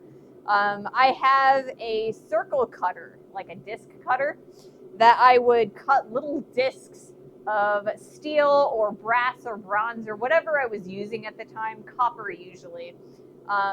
And they have these, it's basically, it's like a little square and it's got a whole bunch of holes in it. And then you have these little plungers and you hammer the plungers and it'll just cut the discs out. And one time I was using that and I completely missed the plunger and got my knuckle. I broke this finger. So yeah, not pleasant. I spent like I used to play World of Warcraft, and I was a major raider at that time. And this finger, it was in a splint, so I had to learn how to WASD with these 3 fingers, as well as do my rotation, because all of my binds were on the 10 keys and then the F keys, so I had to learn to play the game without this finger, and it sucked. It sucked bad.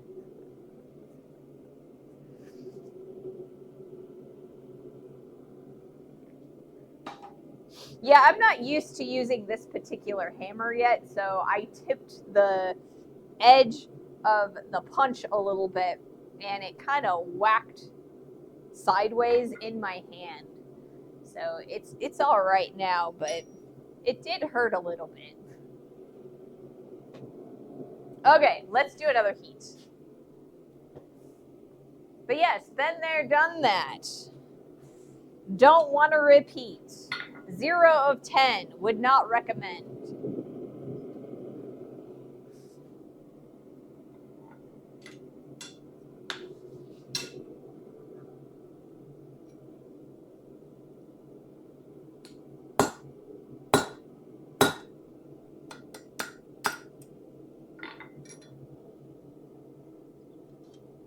Flip this guy over, and we don't see a ghosting just yet, so we'll flip it over one more time, see if we can't get that ghosting in there on the opposite side.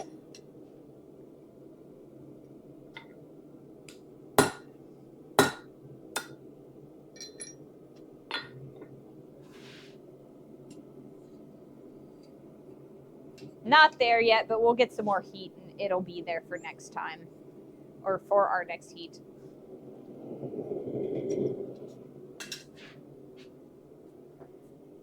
Sorry to hear that. Glad it healed, and now it's an interesting story. I have a lot of interesting stories.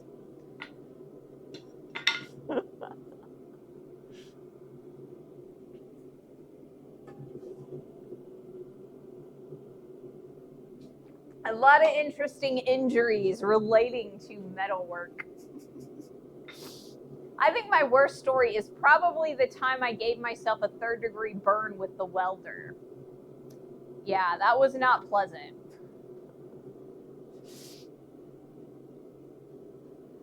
It was on this. I was building this guy. I was on the opposite side over here, standing, and I was welding this plate on the opposite side. And I had this apron on, and I was squatted down so I could reach it and see it really nice, right? So it was eye level, and I could, like, you know, still move my helmet, you know, on and off so I could see. And I didn't realize, but the apron moved over onto the one leg, leaving this leg completely open. And welding wire is really hot when it falls off of the gun. So it burned through my pants instantaneously and into my leg. And that was, I ended my session right then, and I went and I performed the first aid necessary to deal with it. And the next day I was right back at it. Major yikes. Yes, that's probably my worst injury. However, I did also stab myself in the webbing between this finger and this finger with my multi-tool. So not this particular specific one, but one very similar to this. I had the knife out like so, and I was trying to cut my wire open. Like, I had a bundle of wire that was zip tied together, And that's why I always say, don't aim the knife at yourself.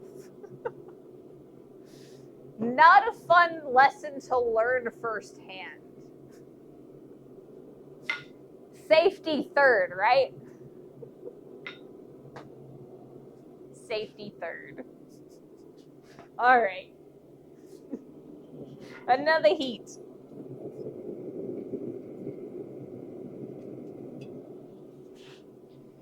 Man, I still have the scar from the welding wire incident on the inside of my leg.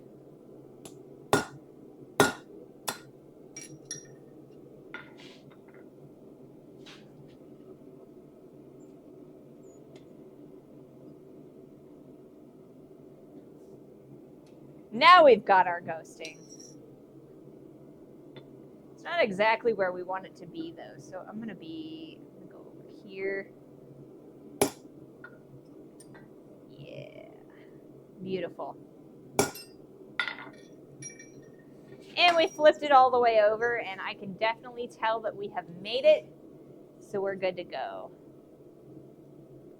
Put that back in the fire.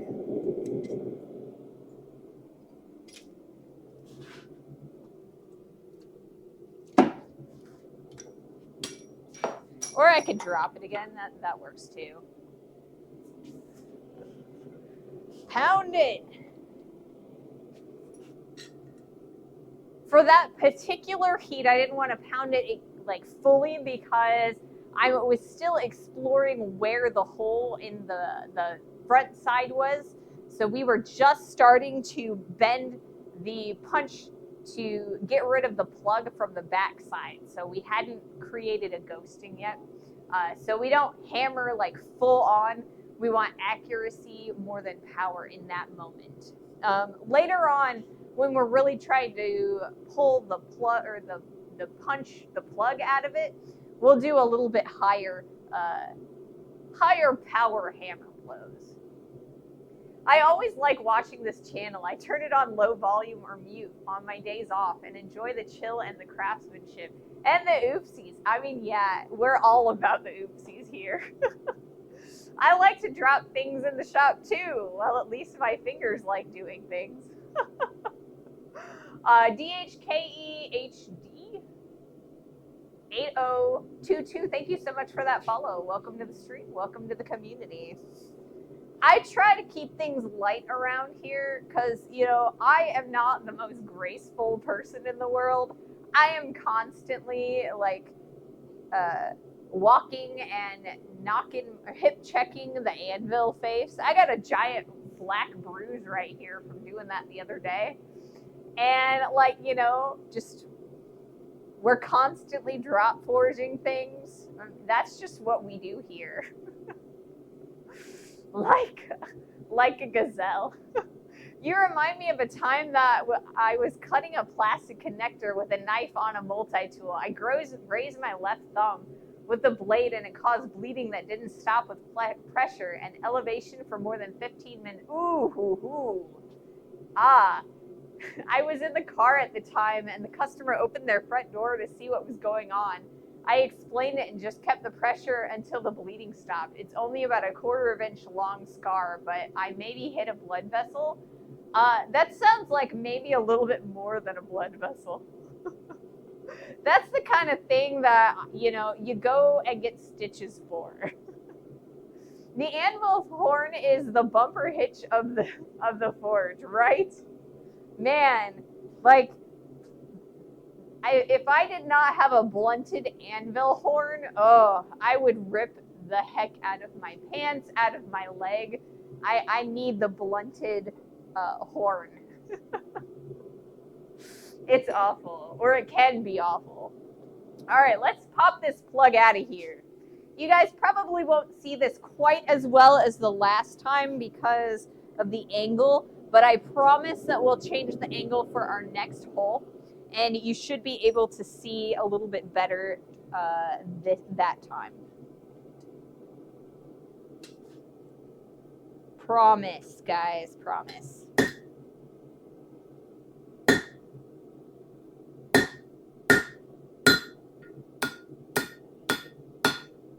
Oh, come on, get it out of there. Let's not repeat that. There that goes. Now let's attempt to get the plug out. Ah! Pop that plug. Maybe, maybe not.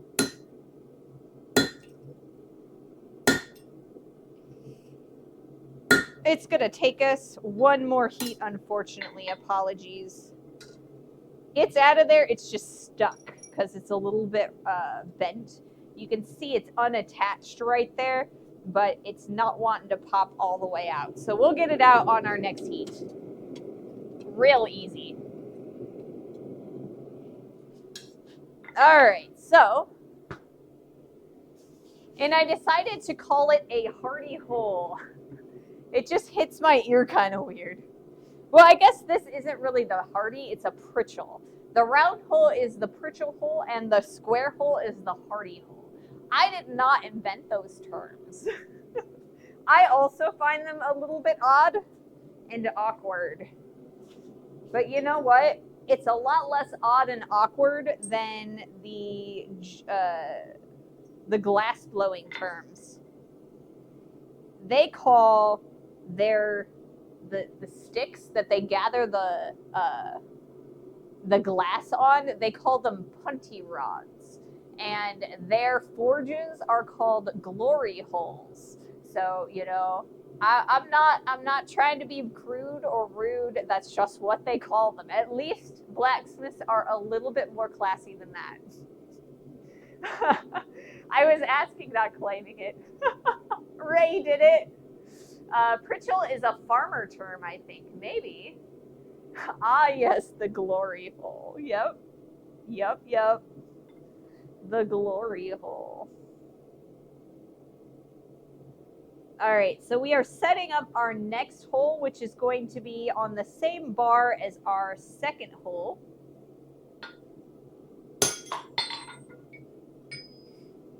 Throwing things all over the shop. Okay, we got a nice center punch right there. And we will put this in the forge.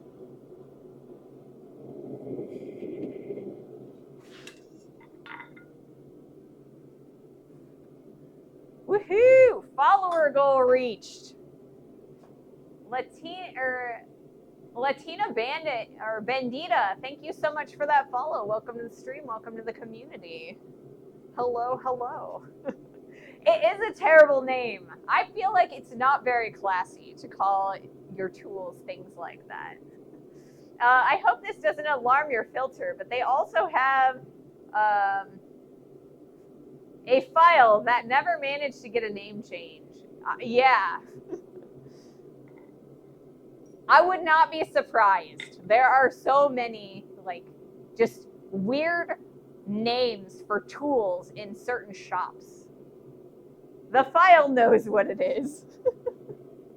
All right, let's pop the plug out of this guy.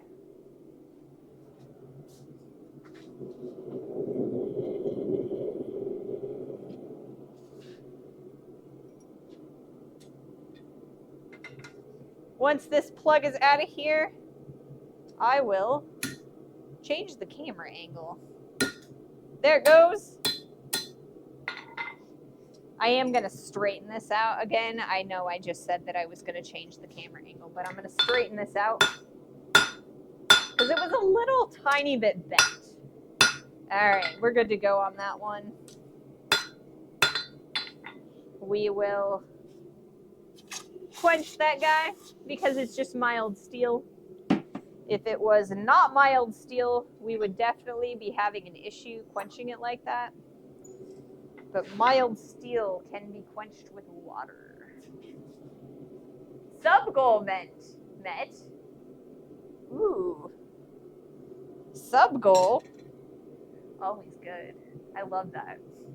One of these days, I'm going to make a bigger goal because 10 people, 10 follows, that's not a really big goal. Maybe we'll do like 500 as our next sub goal, or I mean follow goal. All right, I think that's an okay view. You should be able to see everything there.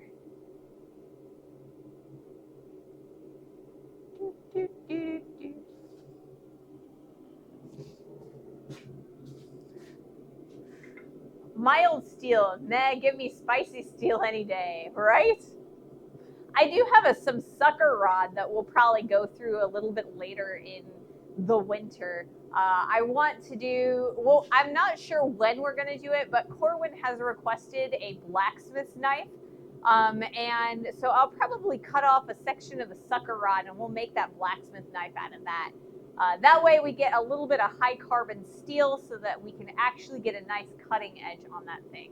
I also want to do a little bit longer blade. Usually my knives are about yay long with a bigger handle.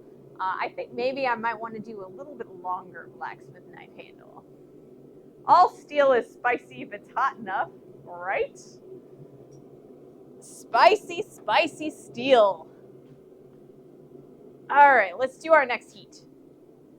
I'd use a piece of leaf spring or coil spring. Yeah, I don't have any leaf or coil spring, unfortunately.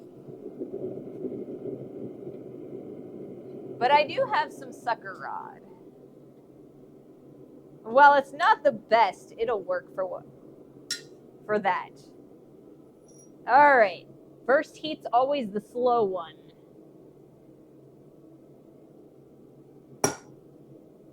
Did I get it? I got it. I got it. Maybe not. Maybe I got it. Maybe, baby. All right. We got a nice ghosting on there. Should be able to keep on keeping on and punch that hole relatively quickly. Hopefully.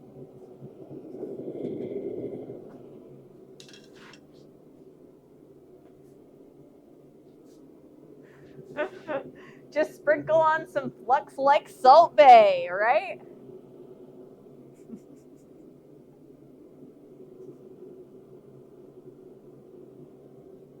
Or Salt Ray in this case. Something like that. So I gotta admit to you guys, I really did not want to come out here and stream today. I get in these moods where I know I need to stream because I've scheduled a stream, but I just don't have that motivation. And today was a little bit more so because of the smell. I told some of you who were here early in the stream that I came out here and there was this overwhelming stench out here. And I tell you, there's probably like a dead mouse somewhere decaying in the shop, and I have no idea where. I spent 4 passes like looking, scouring this shop to find that smell, and I have yet to find it. Anyway, between that, my shoulder is hurting a little bit. It's not too bad. It's feeling a lot better since I've been using it. It just made me not want to come out here. And you know what? You guys have made it so excited, so pleasant to be out here. I'm actually very excited to be here right now. My frown has turned upside down. I'm actually having a lot of fun, guys. I hope you guys are too.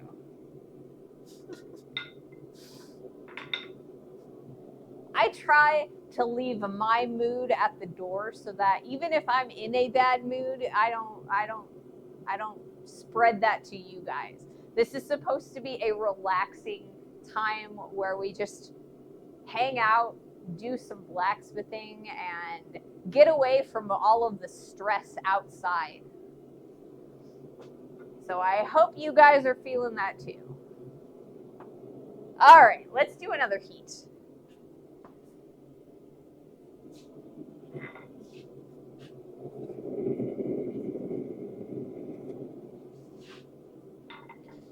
All right.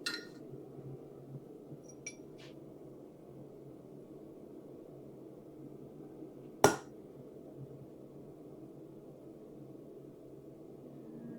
me move this this over. There we go.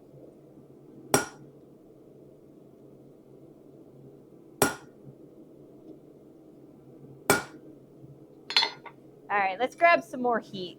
This hole is a little bit on the messy side right now. You can kind of see that. I don't know. So I want to clean that up a little bit, but I want to heat it up so that I don't mess that up more. We're trying to make this as beautiful as possible. Normally, I'm very much good enough. Today, for this particular trivet, I want to take my time and make sure everything lines up and the craft is spot on. I get the motivation part. I've lacked motivation to do stuff in my shop lately, but did it anyway out of the sense of obligation. Good on you for doing it anyway. I appreciate you sharing your talent and creativity. Well, thanks. I mean, I love doing this. Like, on the whole, on a overall basis, I love doing this. This is an amazing, incredible job to have. And I'm super blessed to, have this job. But on the day-to-day, sometimes it's just like you get tired. You just don't have the motivation. You don't have the get up and go to do it. But you guys make it a little bit easier because, I know that there are people out there who want to see me start streaming and want to see me crafting. So that helps me get my rear in gear and come out here and get motivated. I want to hear more about your trouble with trivets. Sorry, couldn't resist.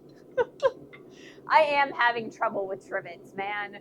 I could not get the holes drilled, so I started this stream with the idea that I was going to finish our trivet today because I was going to drill all 9 holes. 9 holes is not a lot of holes to drill, but it is quite a few holes to punch. Hopefully the smell isn't torturing you too bad. Trouble with trivets could be a YT series. It could. So I'm feeling a little bit nose blind to the rancid smell. It is, I do have a little bit of a rasp that I want to keep, or I feel like I need to keep drinking to get rid of because I'm also just talking a lot, but I can't smell it anymore. Get a fan blowing outside. I have some cross draft between the door that's over there and the window that's over there. So I've got a cracked window and a cracked door. So there's some airflow. Also, I need to make sure that I have enough oxygen to feed the fire and also my own lungs.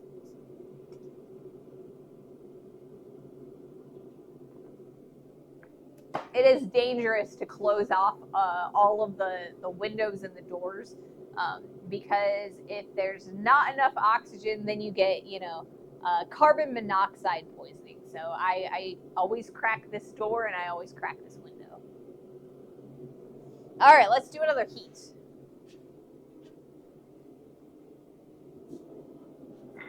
Man, I just ran out of water too. I'm gonna have to get, it's Gatorade o'clock. Once I get this done, I'll probably grab some.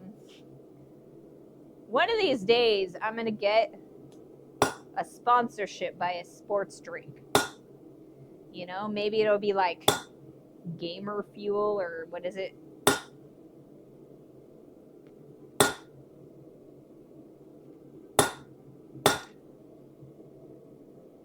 Gamer Sups. I think that's the one that has a lot of Twitch sponsorships. All right, so we don't have our ghosting on this side yet. So we're still going through this. I think I've been being a little bit timid on this hole. So I'm going to try and get it a little bit hotter and go a little bit further. We'll try and get this done in the next 2 to 3 heats.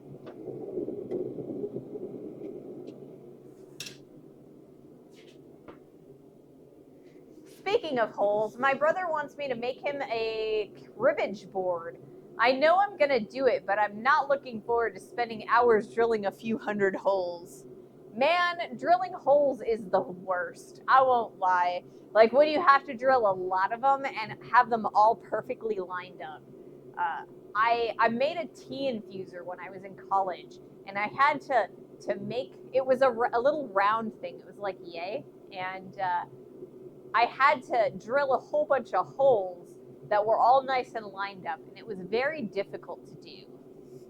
My teacher was very impressed though, because somehow I managed to pull it off, and I'm to this day I'm not sure how I did it. To this day. Yeah, I really like this hammer. This hammer is a really nice, gorgeous hammer. Even with a template to aid positioning, it's still a few hundred holes. Yeah, definitely. Oh, we have an ad break that's already going on. So let me grab my Gatorade real fast.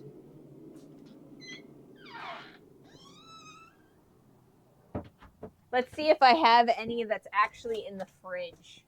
I've been leaving the camera view quite a bit today. I don't mean to do that.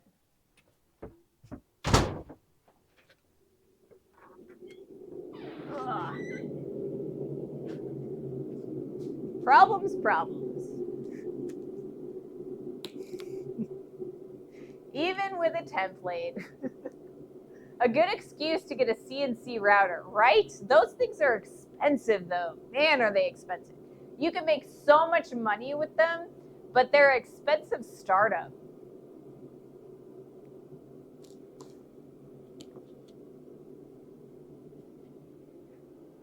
Where am I going to put this? I'm going to put that right there, and I'm going to put that right there, since that one's empty. All right. Now that the ad is done and I have my Gatorade, let's do another heat.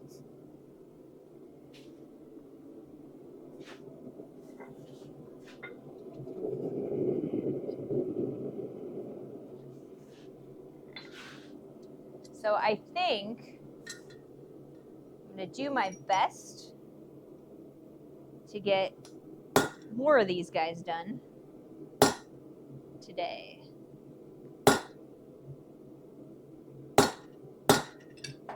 Whoopsie. Dropping. And it landed in a giant pile of scale, so, you know, it's not burning anything like the tiles. So that's always good. All right, so now we have our ghosting for our next heat. We're going to pop that out. I think it's going to take us 2 heats.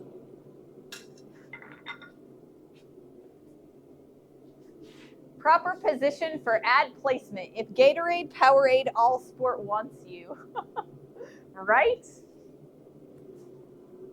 Because, you know, I'm not gonna sponsor too much, you know, because they aren't paying me, but I do love Gatorade. This is top tier content. I try. I hope you guys are having fun. Excel spreadsheet, thank you so much for that follow. Welcome to the stream and welcome to the community. I'm only getting a CNC if AI puts me out of a job and I have to do woodworking full time. I know it's helpful, but it feels like a little like cheating. No hate for anyone who uses them, but I prefer to do it all the old-fashioned way with power tools. That do most of the work for me. See, I love CNC, right? Because there's so much stuff that I personally am not skilled enough to be able to do on my own. And then I can just program the robot to do it for me, and then everything will fit together, right? I mean, I do things the old-fashioned way, hence the, you know, punching the holes instead of drilling them today. But, you know, I like a good tool, you know? And I am convinced that if an old-fashioned, you know, medieval blacksmith had access to all of the equipment that we do, they'd totally use it. Imagine the old egg beater drill or a bit and brace to make a cribbage board. Ooh, I have done things like that before. I have. So as I told you guys, I made that tea infuser. It's about yay big. It might actually be back here. Let me see. Let me check real fast to see if it is. Maybe if I, if I don't get tangled up in the cord. Where is it? It's not there. Must be in my other shop. Well, since I came in here, I will show you something else I made. Something else that's kind of cool. These guys.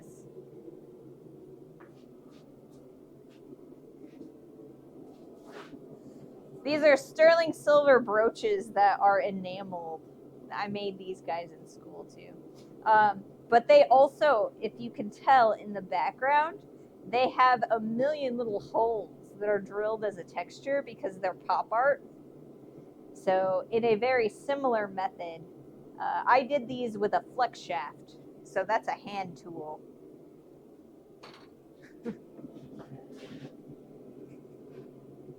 That reminds me, I need to get my post vise restored and hung this year.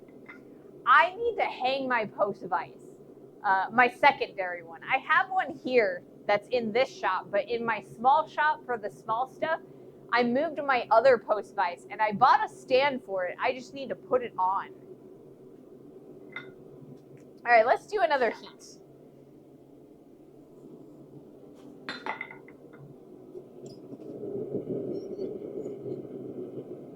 So yeah, that little guy is, or those brooches are some of the stuff that I learned to do in my silversmithing classes in college. Like I said, those were sterling silver enamel. And you could tell that they were blackened. And that was actually liver of sulfur, which is a blackening agent. So, okay. All right, cool. Our next heat, we should be able to pull that plug out of there.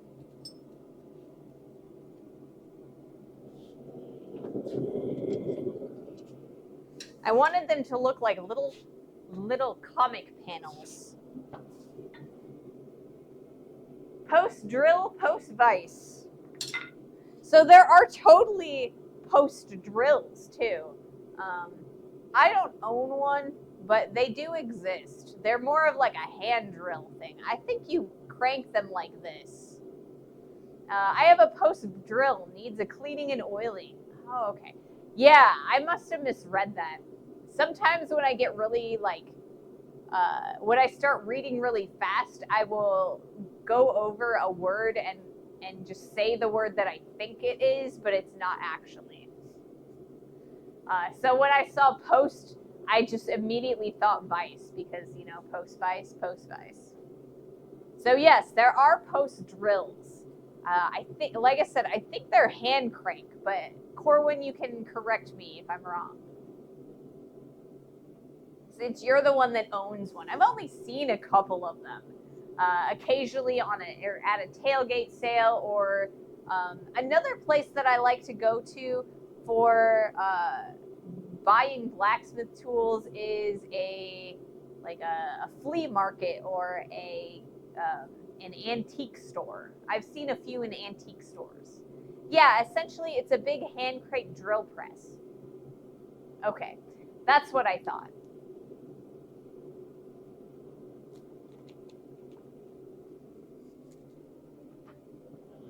That's what I thought. All right, let's do another heat. Because that's what we're here for, right? A good time, some nice chatting, and some blacksmithing. Why I'm putting that over the Hardy and not the Pritchell, I'll never know, but we'll drag that over here.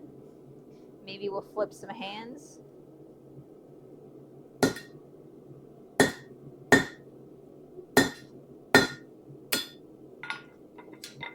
Flip a piece of stock.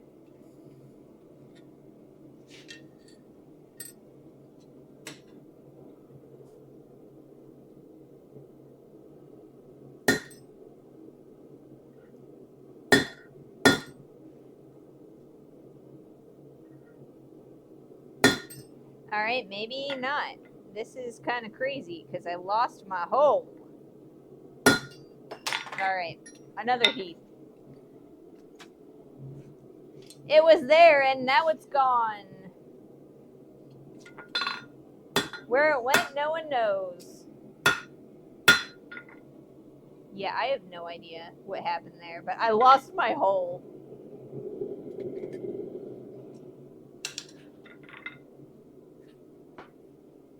Mounted on a 2x10 board. That seems like a really good size for that, you know? I actually have my downstairs bench, my jeweler's bench. I made the top out of a 2x10. So it's I cut it in half. So it's 4 foot long and a 2x10, and then I put one here and one there, and so it's 20, or I guess slightly less than 20 inches wide.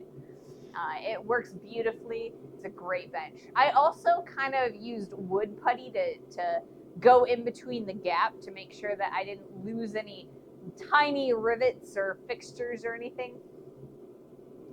I'll have to show that guy to you guys pretty soon. We'll probably visit it a little bit while we're making the shoulder pauldron. Because any sort of chasing and repoussé, I'll be doing that down in the basement or in the small scale shop. So because that's where I've got my microcrystalline wax for my resist, so that I can do that lovely little work. I guess the mini hammer work. The dungeon, yeah, it's in my basement.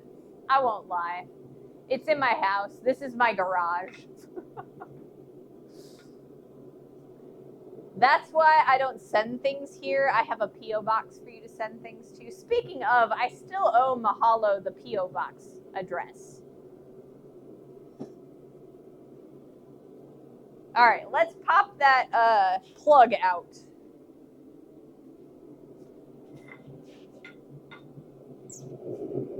I got super distracted by Wednesday's young guests that I forgot to send you my P.O. box.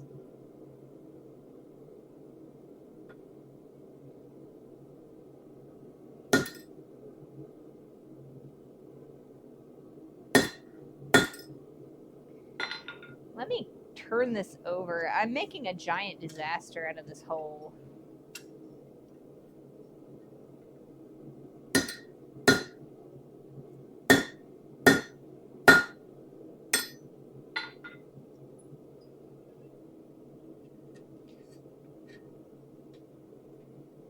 One more heat. I know. I keep saying one more heat, one more heat. You know, that's my motto. One more heat, and then another heat, and then another heat.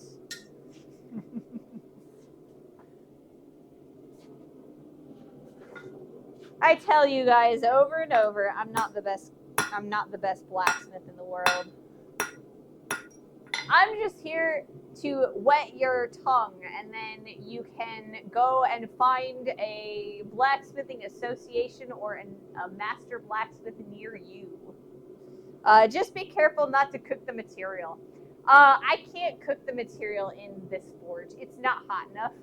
That's part of the reason why I use this forge. I can talk forever, and I'm never going to decarburize this. I also don't have enough carbon in here to decarburize it. So what Bob is talking about is if you heat a piece of high carbon steel over and over and over, you start burning the carbon out of the steel, and so it'll make it a lot more brittle, and it's going to lower the carbon content. You can also melt steel by leaving it in a coal forge. This forge right here, it will never melt my steel because the oxygen to propane ratio will never reach the point where it will push it beyond the tipping point between the solid to liquid states.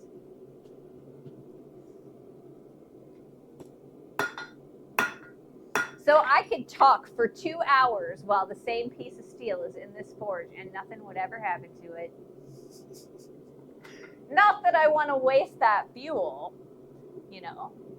But one of these days, you know, when I'm just like talking back and forth forever, you know.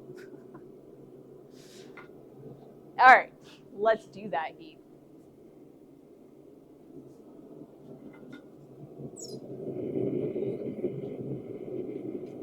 But it is definitely something to be mindful of, you know,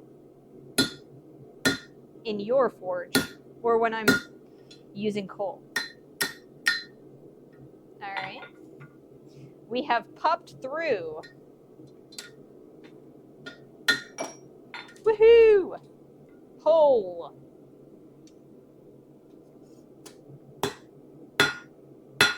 That's a big old wide hole. I kind of made that really messy, but it'll be all right. It's good enough.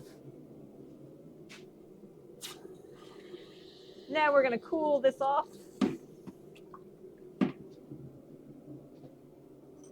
And we're going to start working on our next hole.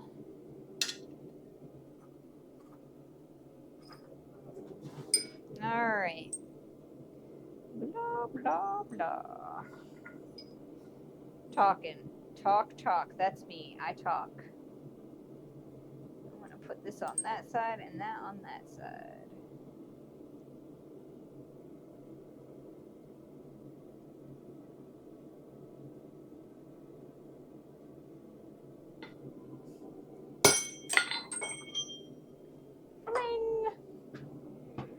Ugh. So we've got our hole punched right there. Pick that guy up.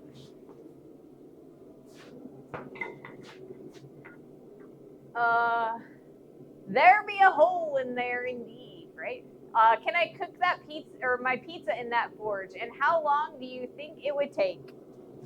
I think it would depend on if your pizza caught on fire. Because it would be real quick if the pizza caught on fire. I know people who have cooked food in or around a forge. However, I choose not to eat food that has been cooked in a forge or near a forge because forges are filthy. And I don't like eating dirt. Welcome to the stream. Welcome to the community. Serious. But yeah, you can cook things with the forge. It doesn't take a lot of time at all. We did cook some jerky, and I know you say I say jerky, and you're like, oh, why would you cook jerky? But you know, a couple, like 30 seconds in the forge, and the jerky was nice and cooked. It was warm. It tasted pretty good, according to the butler. I myself did not eat it, but you know. Could smoke a sausage quick. Yes. A little soot don't hurt. I mean, I can't say that a little soot won't hurt, or, you know, would hurt because I will eat with filthy hands. You know, I just don't want it to be on my food. You know, if I'm touching it with dirty hands, that's on me. But, you know. You know. All right. So we have 4 out of our 9. So we're just under halfway done with all of the holes that we need to do for this project. I'm going to do one more hole so we're over half. And then I'll probably raid off. Just because we are at the 2.5 hour mark on the stream or thereabouts. And we will be back on Monday to finish punching all of these holes, and we will hopefully, fingers crossed, have enough time at the end to rivet some of this together. I might do a little bit of punching these holes over the weekend. I'll see how well I'm feeling. I do have our axe that I need to grind. I got an axe to grind. Guys, I got an axe to grind. So a couple of weeks ago, I don't know, by this point it's probably a couple months have gone by on this axe, and we made this axe. So I've been working on the eye and expanding it, because we started with 1.5 inch eye, and I did not realize that the standard size for an axe handle is 2.5 inches. So I'm modifying both the hole and the handle in order to fit them together. So that's what I'm planning on doing this weekend. If I have enough energy after doing that, I might work on punching a few more holes. Yeah, I do. Like I said, I'm going to punch one more hole today before I do raid off. Just to make sure that I'm over halfway through. So we might be a little bit closer to the 3 hours on the stream. I need my iron intake, right?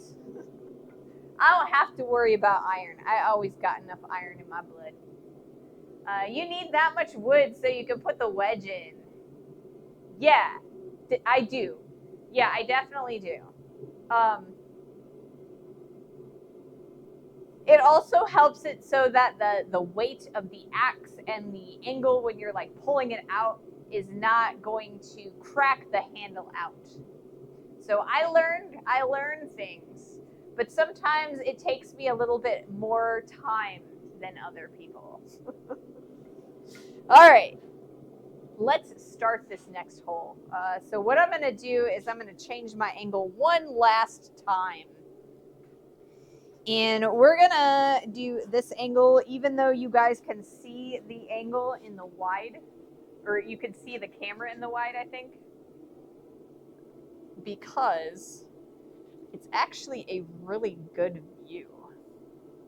I like it. I just don't like that in the wide you can see the camera.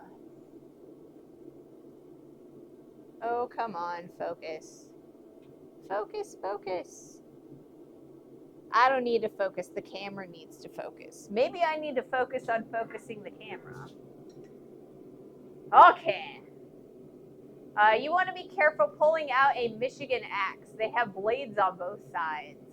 I definitely don't have one of those. I only have one blade. And let's see. Which side should I put that on? Whoops, that's wrong. How's that? I think I might go here. That's probably good. I'm trying to make it so that you guys can see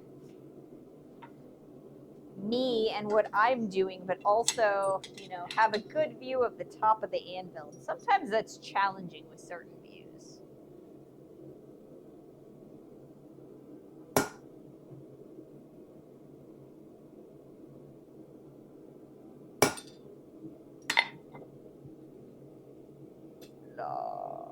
Oh, it flipped upside down. There we go. We got a nice ghosting in there. I'm going to get more heat, and then we're going to continue working on this hole. Just like the rest of them.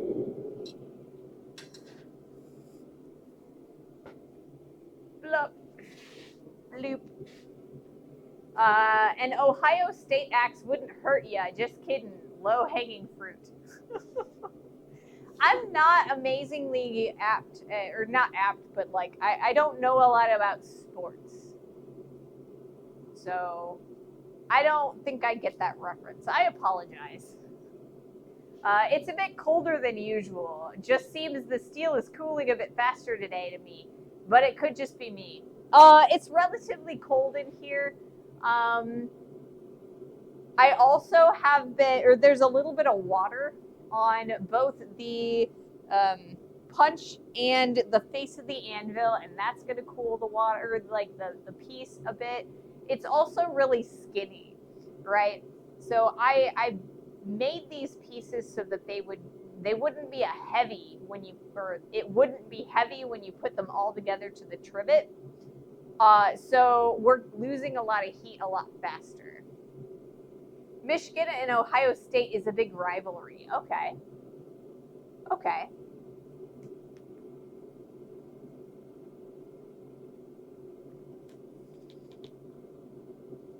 I shall believe you.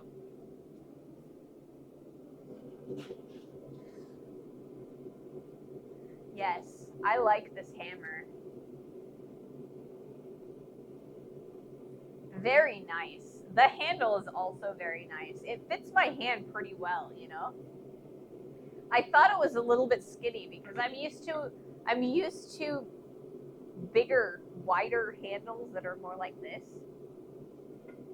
But this is a nice hammer. I like it. Once again, probably not totally my daily driver, but you know.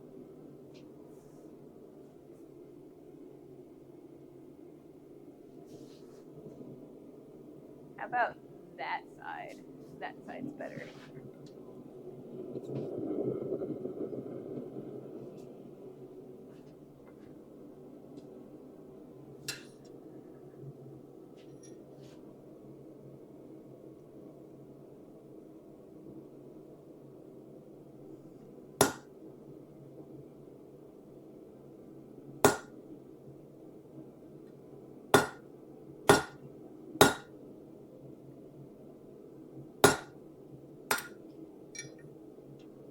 Couple more heats and we'll be done with that.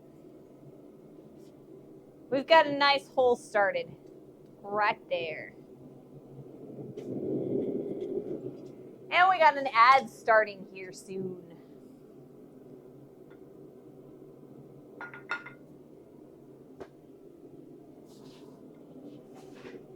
But yeah, I don't know. I think maybe if I can find a hammer handle that's similar to this, maybe I can handle one of my other daily drivers, my normal daily drivers, with something a little bit better for my hand. Then I won't, you know, drink the Kool-Aid and be one of those people that are like, the rounding hammer is the only hammer.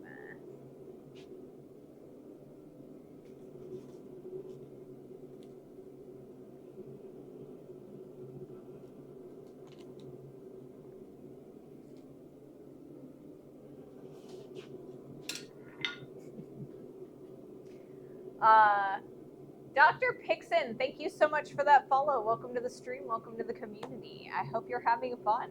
I know I am. But yeah. One more hole, and then I'm going to go and take a break. It's not been too bad today. I don't feel like, because I'm not doing full forging forced blows, I'm not wearing myself out nearly as fast as I normally would.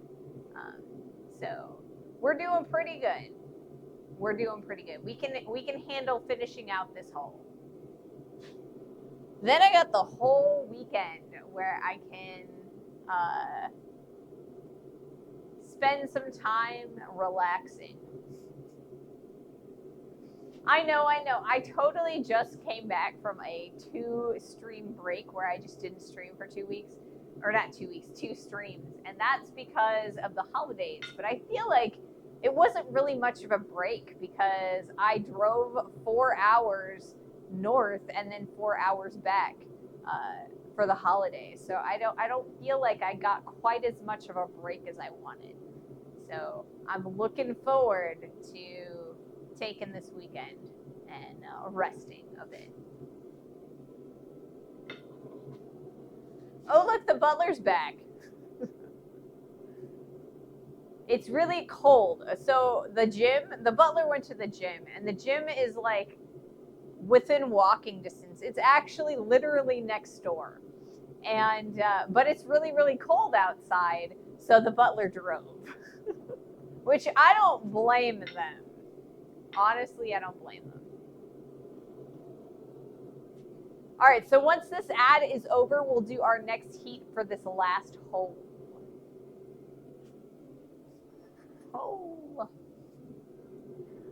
We've got 2 holes, 1 hole, and then there's 2 2 holes in that one. So that's 5 holes. Not bad, not bad.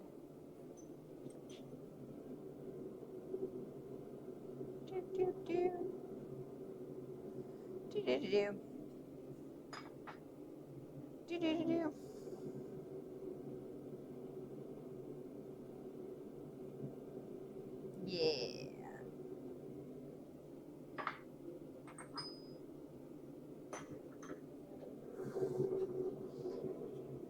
Component making.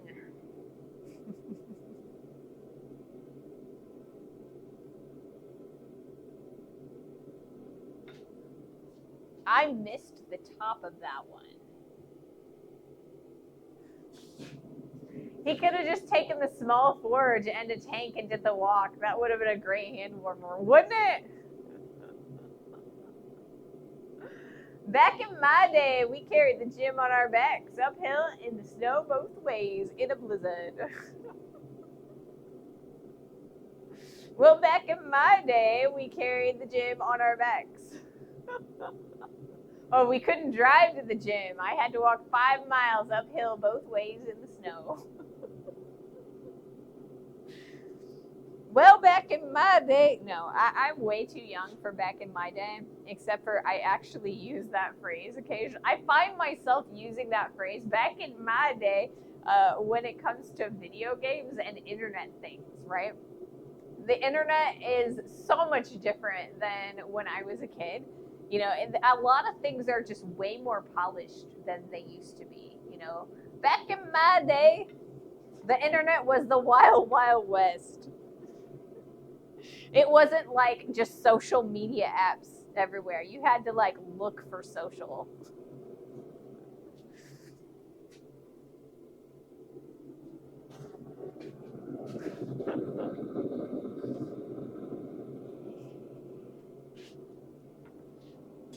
Kids these days, they got it easy. No, they don't. Kids these days don't have it easy at all. Ah.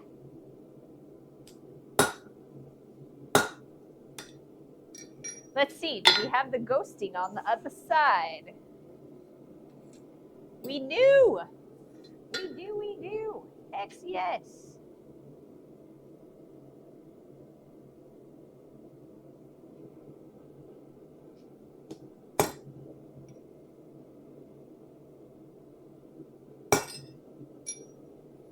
All right, more heat, more heat.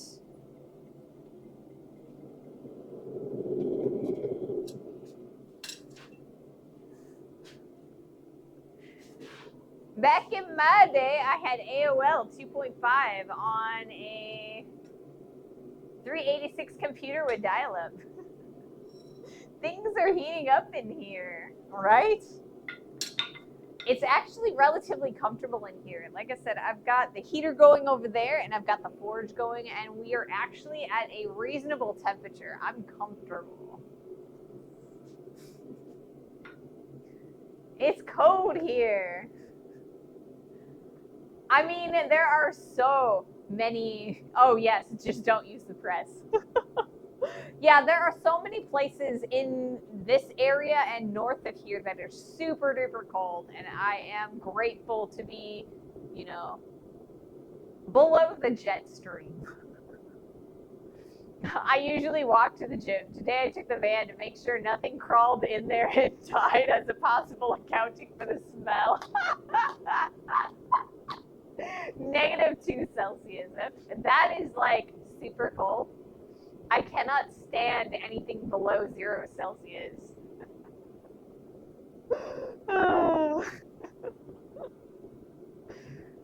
26 degrees. That's, I am going to assume that one's Fahrenheit, right, Corwin? So the reason Dr. Optimal says don't use the press is because when I have the heater on, and I have a 1,000-watt light that sits behind the wide camera, and I use the press, all of them together blows the circuit. So we still have the internet, we still have the laptop running on battery, but you guys can't see me because the cameras will go out. I have those plugged in. Ray, your cat son thinks it's dinner time because I left and came back. Tell him no. It's not dinner time, Tungsten. It's only like 4:12. You have 45 minutes. All right, let's do another heat. Let's see if we can't work on popping the plug out, this very last plug.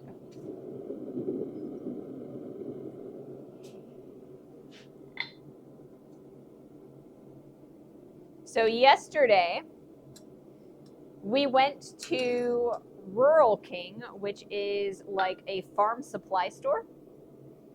And because the butler and I needed some new pants. And I buy men's pants because they hold up a little bit better in the shop. And they're relatively cheap there. Anyway, we bought some cat toys for my lovely cat son. And they had catnip in them. And boy, he had a good time last night. High as a kite.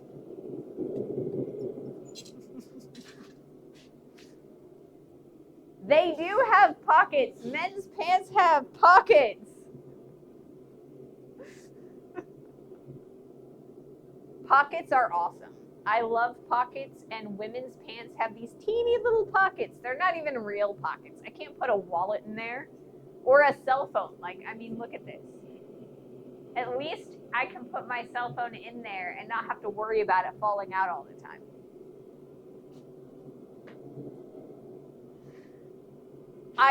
My one gripe is that I can't find a good pair of tight pants, right? Because you find the skinny jeans, the guys' skinny jeans, and they have a lot of room in certain areas and not a lot of room in other areas, and they just don't fit right. So I like tight pants, but unfortunately I've given them up in favor of pockets. All right. This should be the last heat, but there's a chance that it will be the second to the last heat. So I'm not going to say one, well, I am going to say one more heat because you know what? One more heat. Men's clothes have consistent sizes. That too. Man, that too.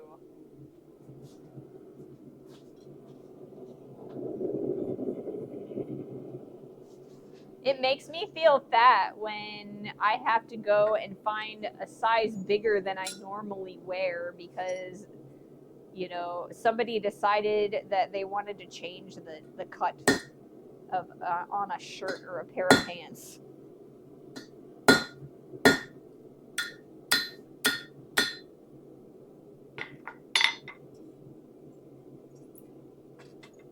No.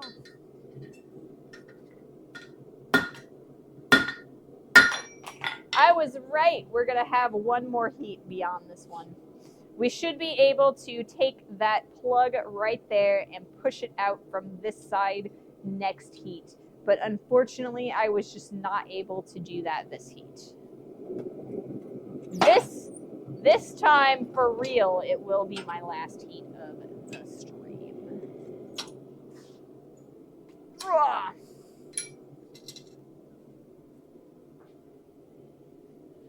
Or fourth to last if a raid comes. Maybe. Probably not.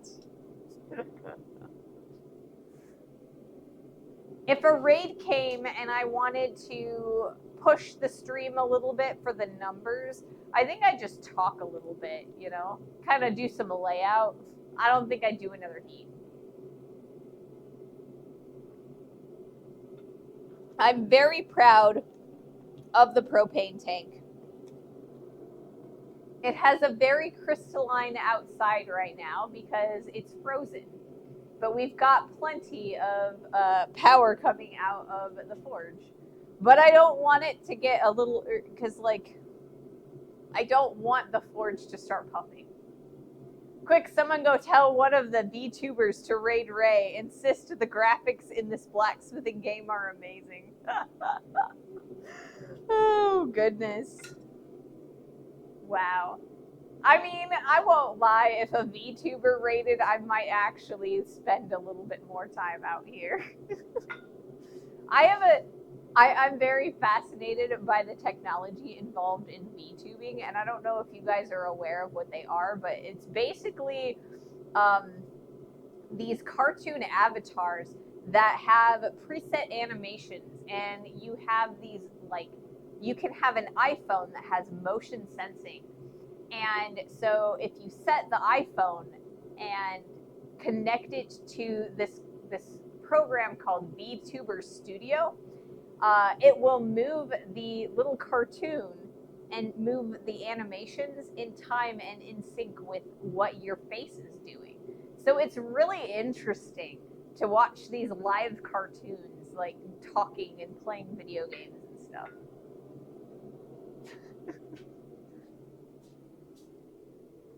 My favorite is this one called Giga. She's probably streaming right now. If you guys want to check her out, I probably won't raid off to her because, you know, I prefer to raid to people that are crafters and, you know, in the makers and crafters section. But you can also find VTubers on the YouTubes.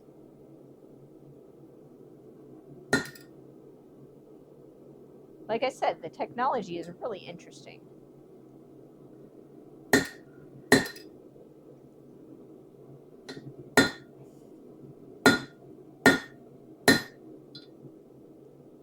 Oh, come on. Did it not come out for real? For real?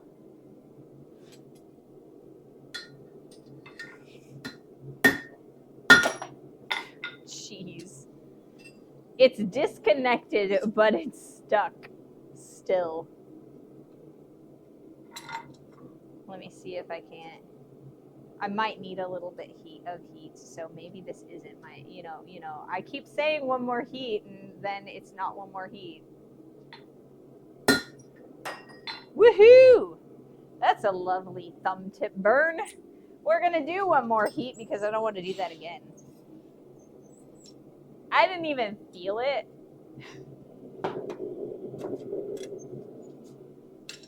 I don't know if you can tell, but I singed the top layer of skin, like, right there. Can't even feel it. Yeah, real-time motion tracking. Yes, exactly. That's what I mean. It's so cool. Yeah. I don't know. Singe the top layer of skin and I don't even feel it. I felt the pressure when it happened, but I don't feel the burn.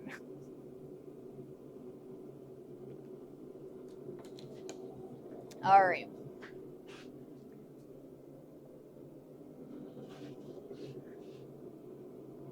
Yeah, this hammer's holding up pretty good.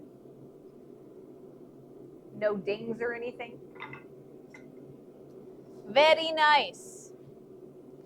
So I totally decided to do this project to begin with because I wanted to test out this hammer. And the hammer didn't come in time to start the project. So I'm really excited that I decided to use this hammer to do all of this punching. You know, while I didn't get to forge with this hammer, this project, I did get to punch this project. All right, we've got plenty of heat. This will be our last heat. For realies this time, I'm not lying. For realies this time, I promise. I can stop anytime I want.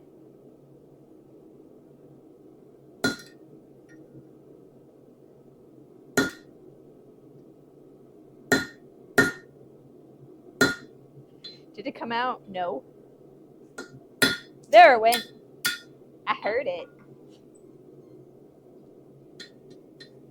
And you can totally see the tip of this stuck. Oh, come on. There you go. Woohoo!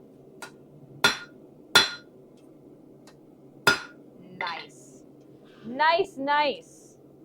All right, guys. We've got 1, 2, 3, 4, 5 holes in one stream. Not bad, not bad. Better than I normally do.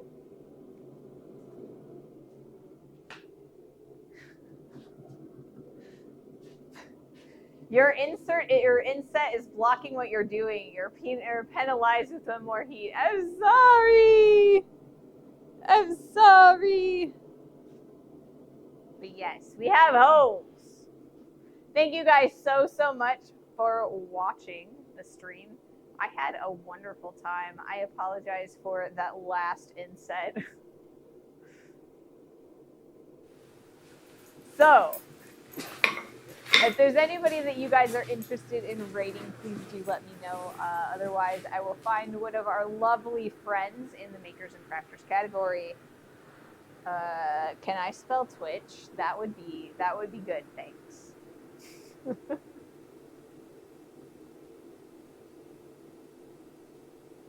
All right. Let's see. I hope you have a good evening and a good weekend. Hope your cat isn't hating you right now. Oh, I'm sure he is. Thanks for the stream. Have a good weekend. You guys as well. Have an amazing weekend. I think we're going to raid Miramac again. Happy New Year, everybody. Thank you so much for joining me. I have had a blast. Hopefully, I will be nice and refreshed and get rid of the smell by Monday. And I will see you then. Monday.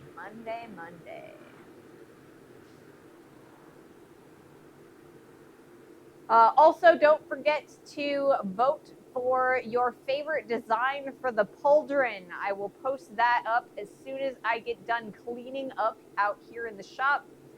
Thank you so much for joining me. Have a wonderful rest of your day and a great weekend. See you. Bye.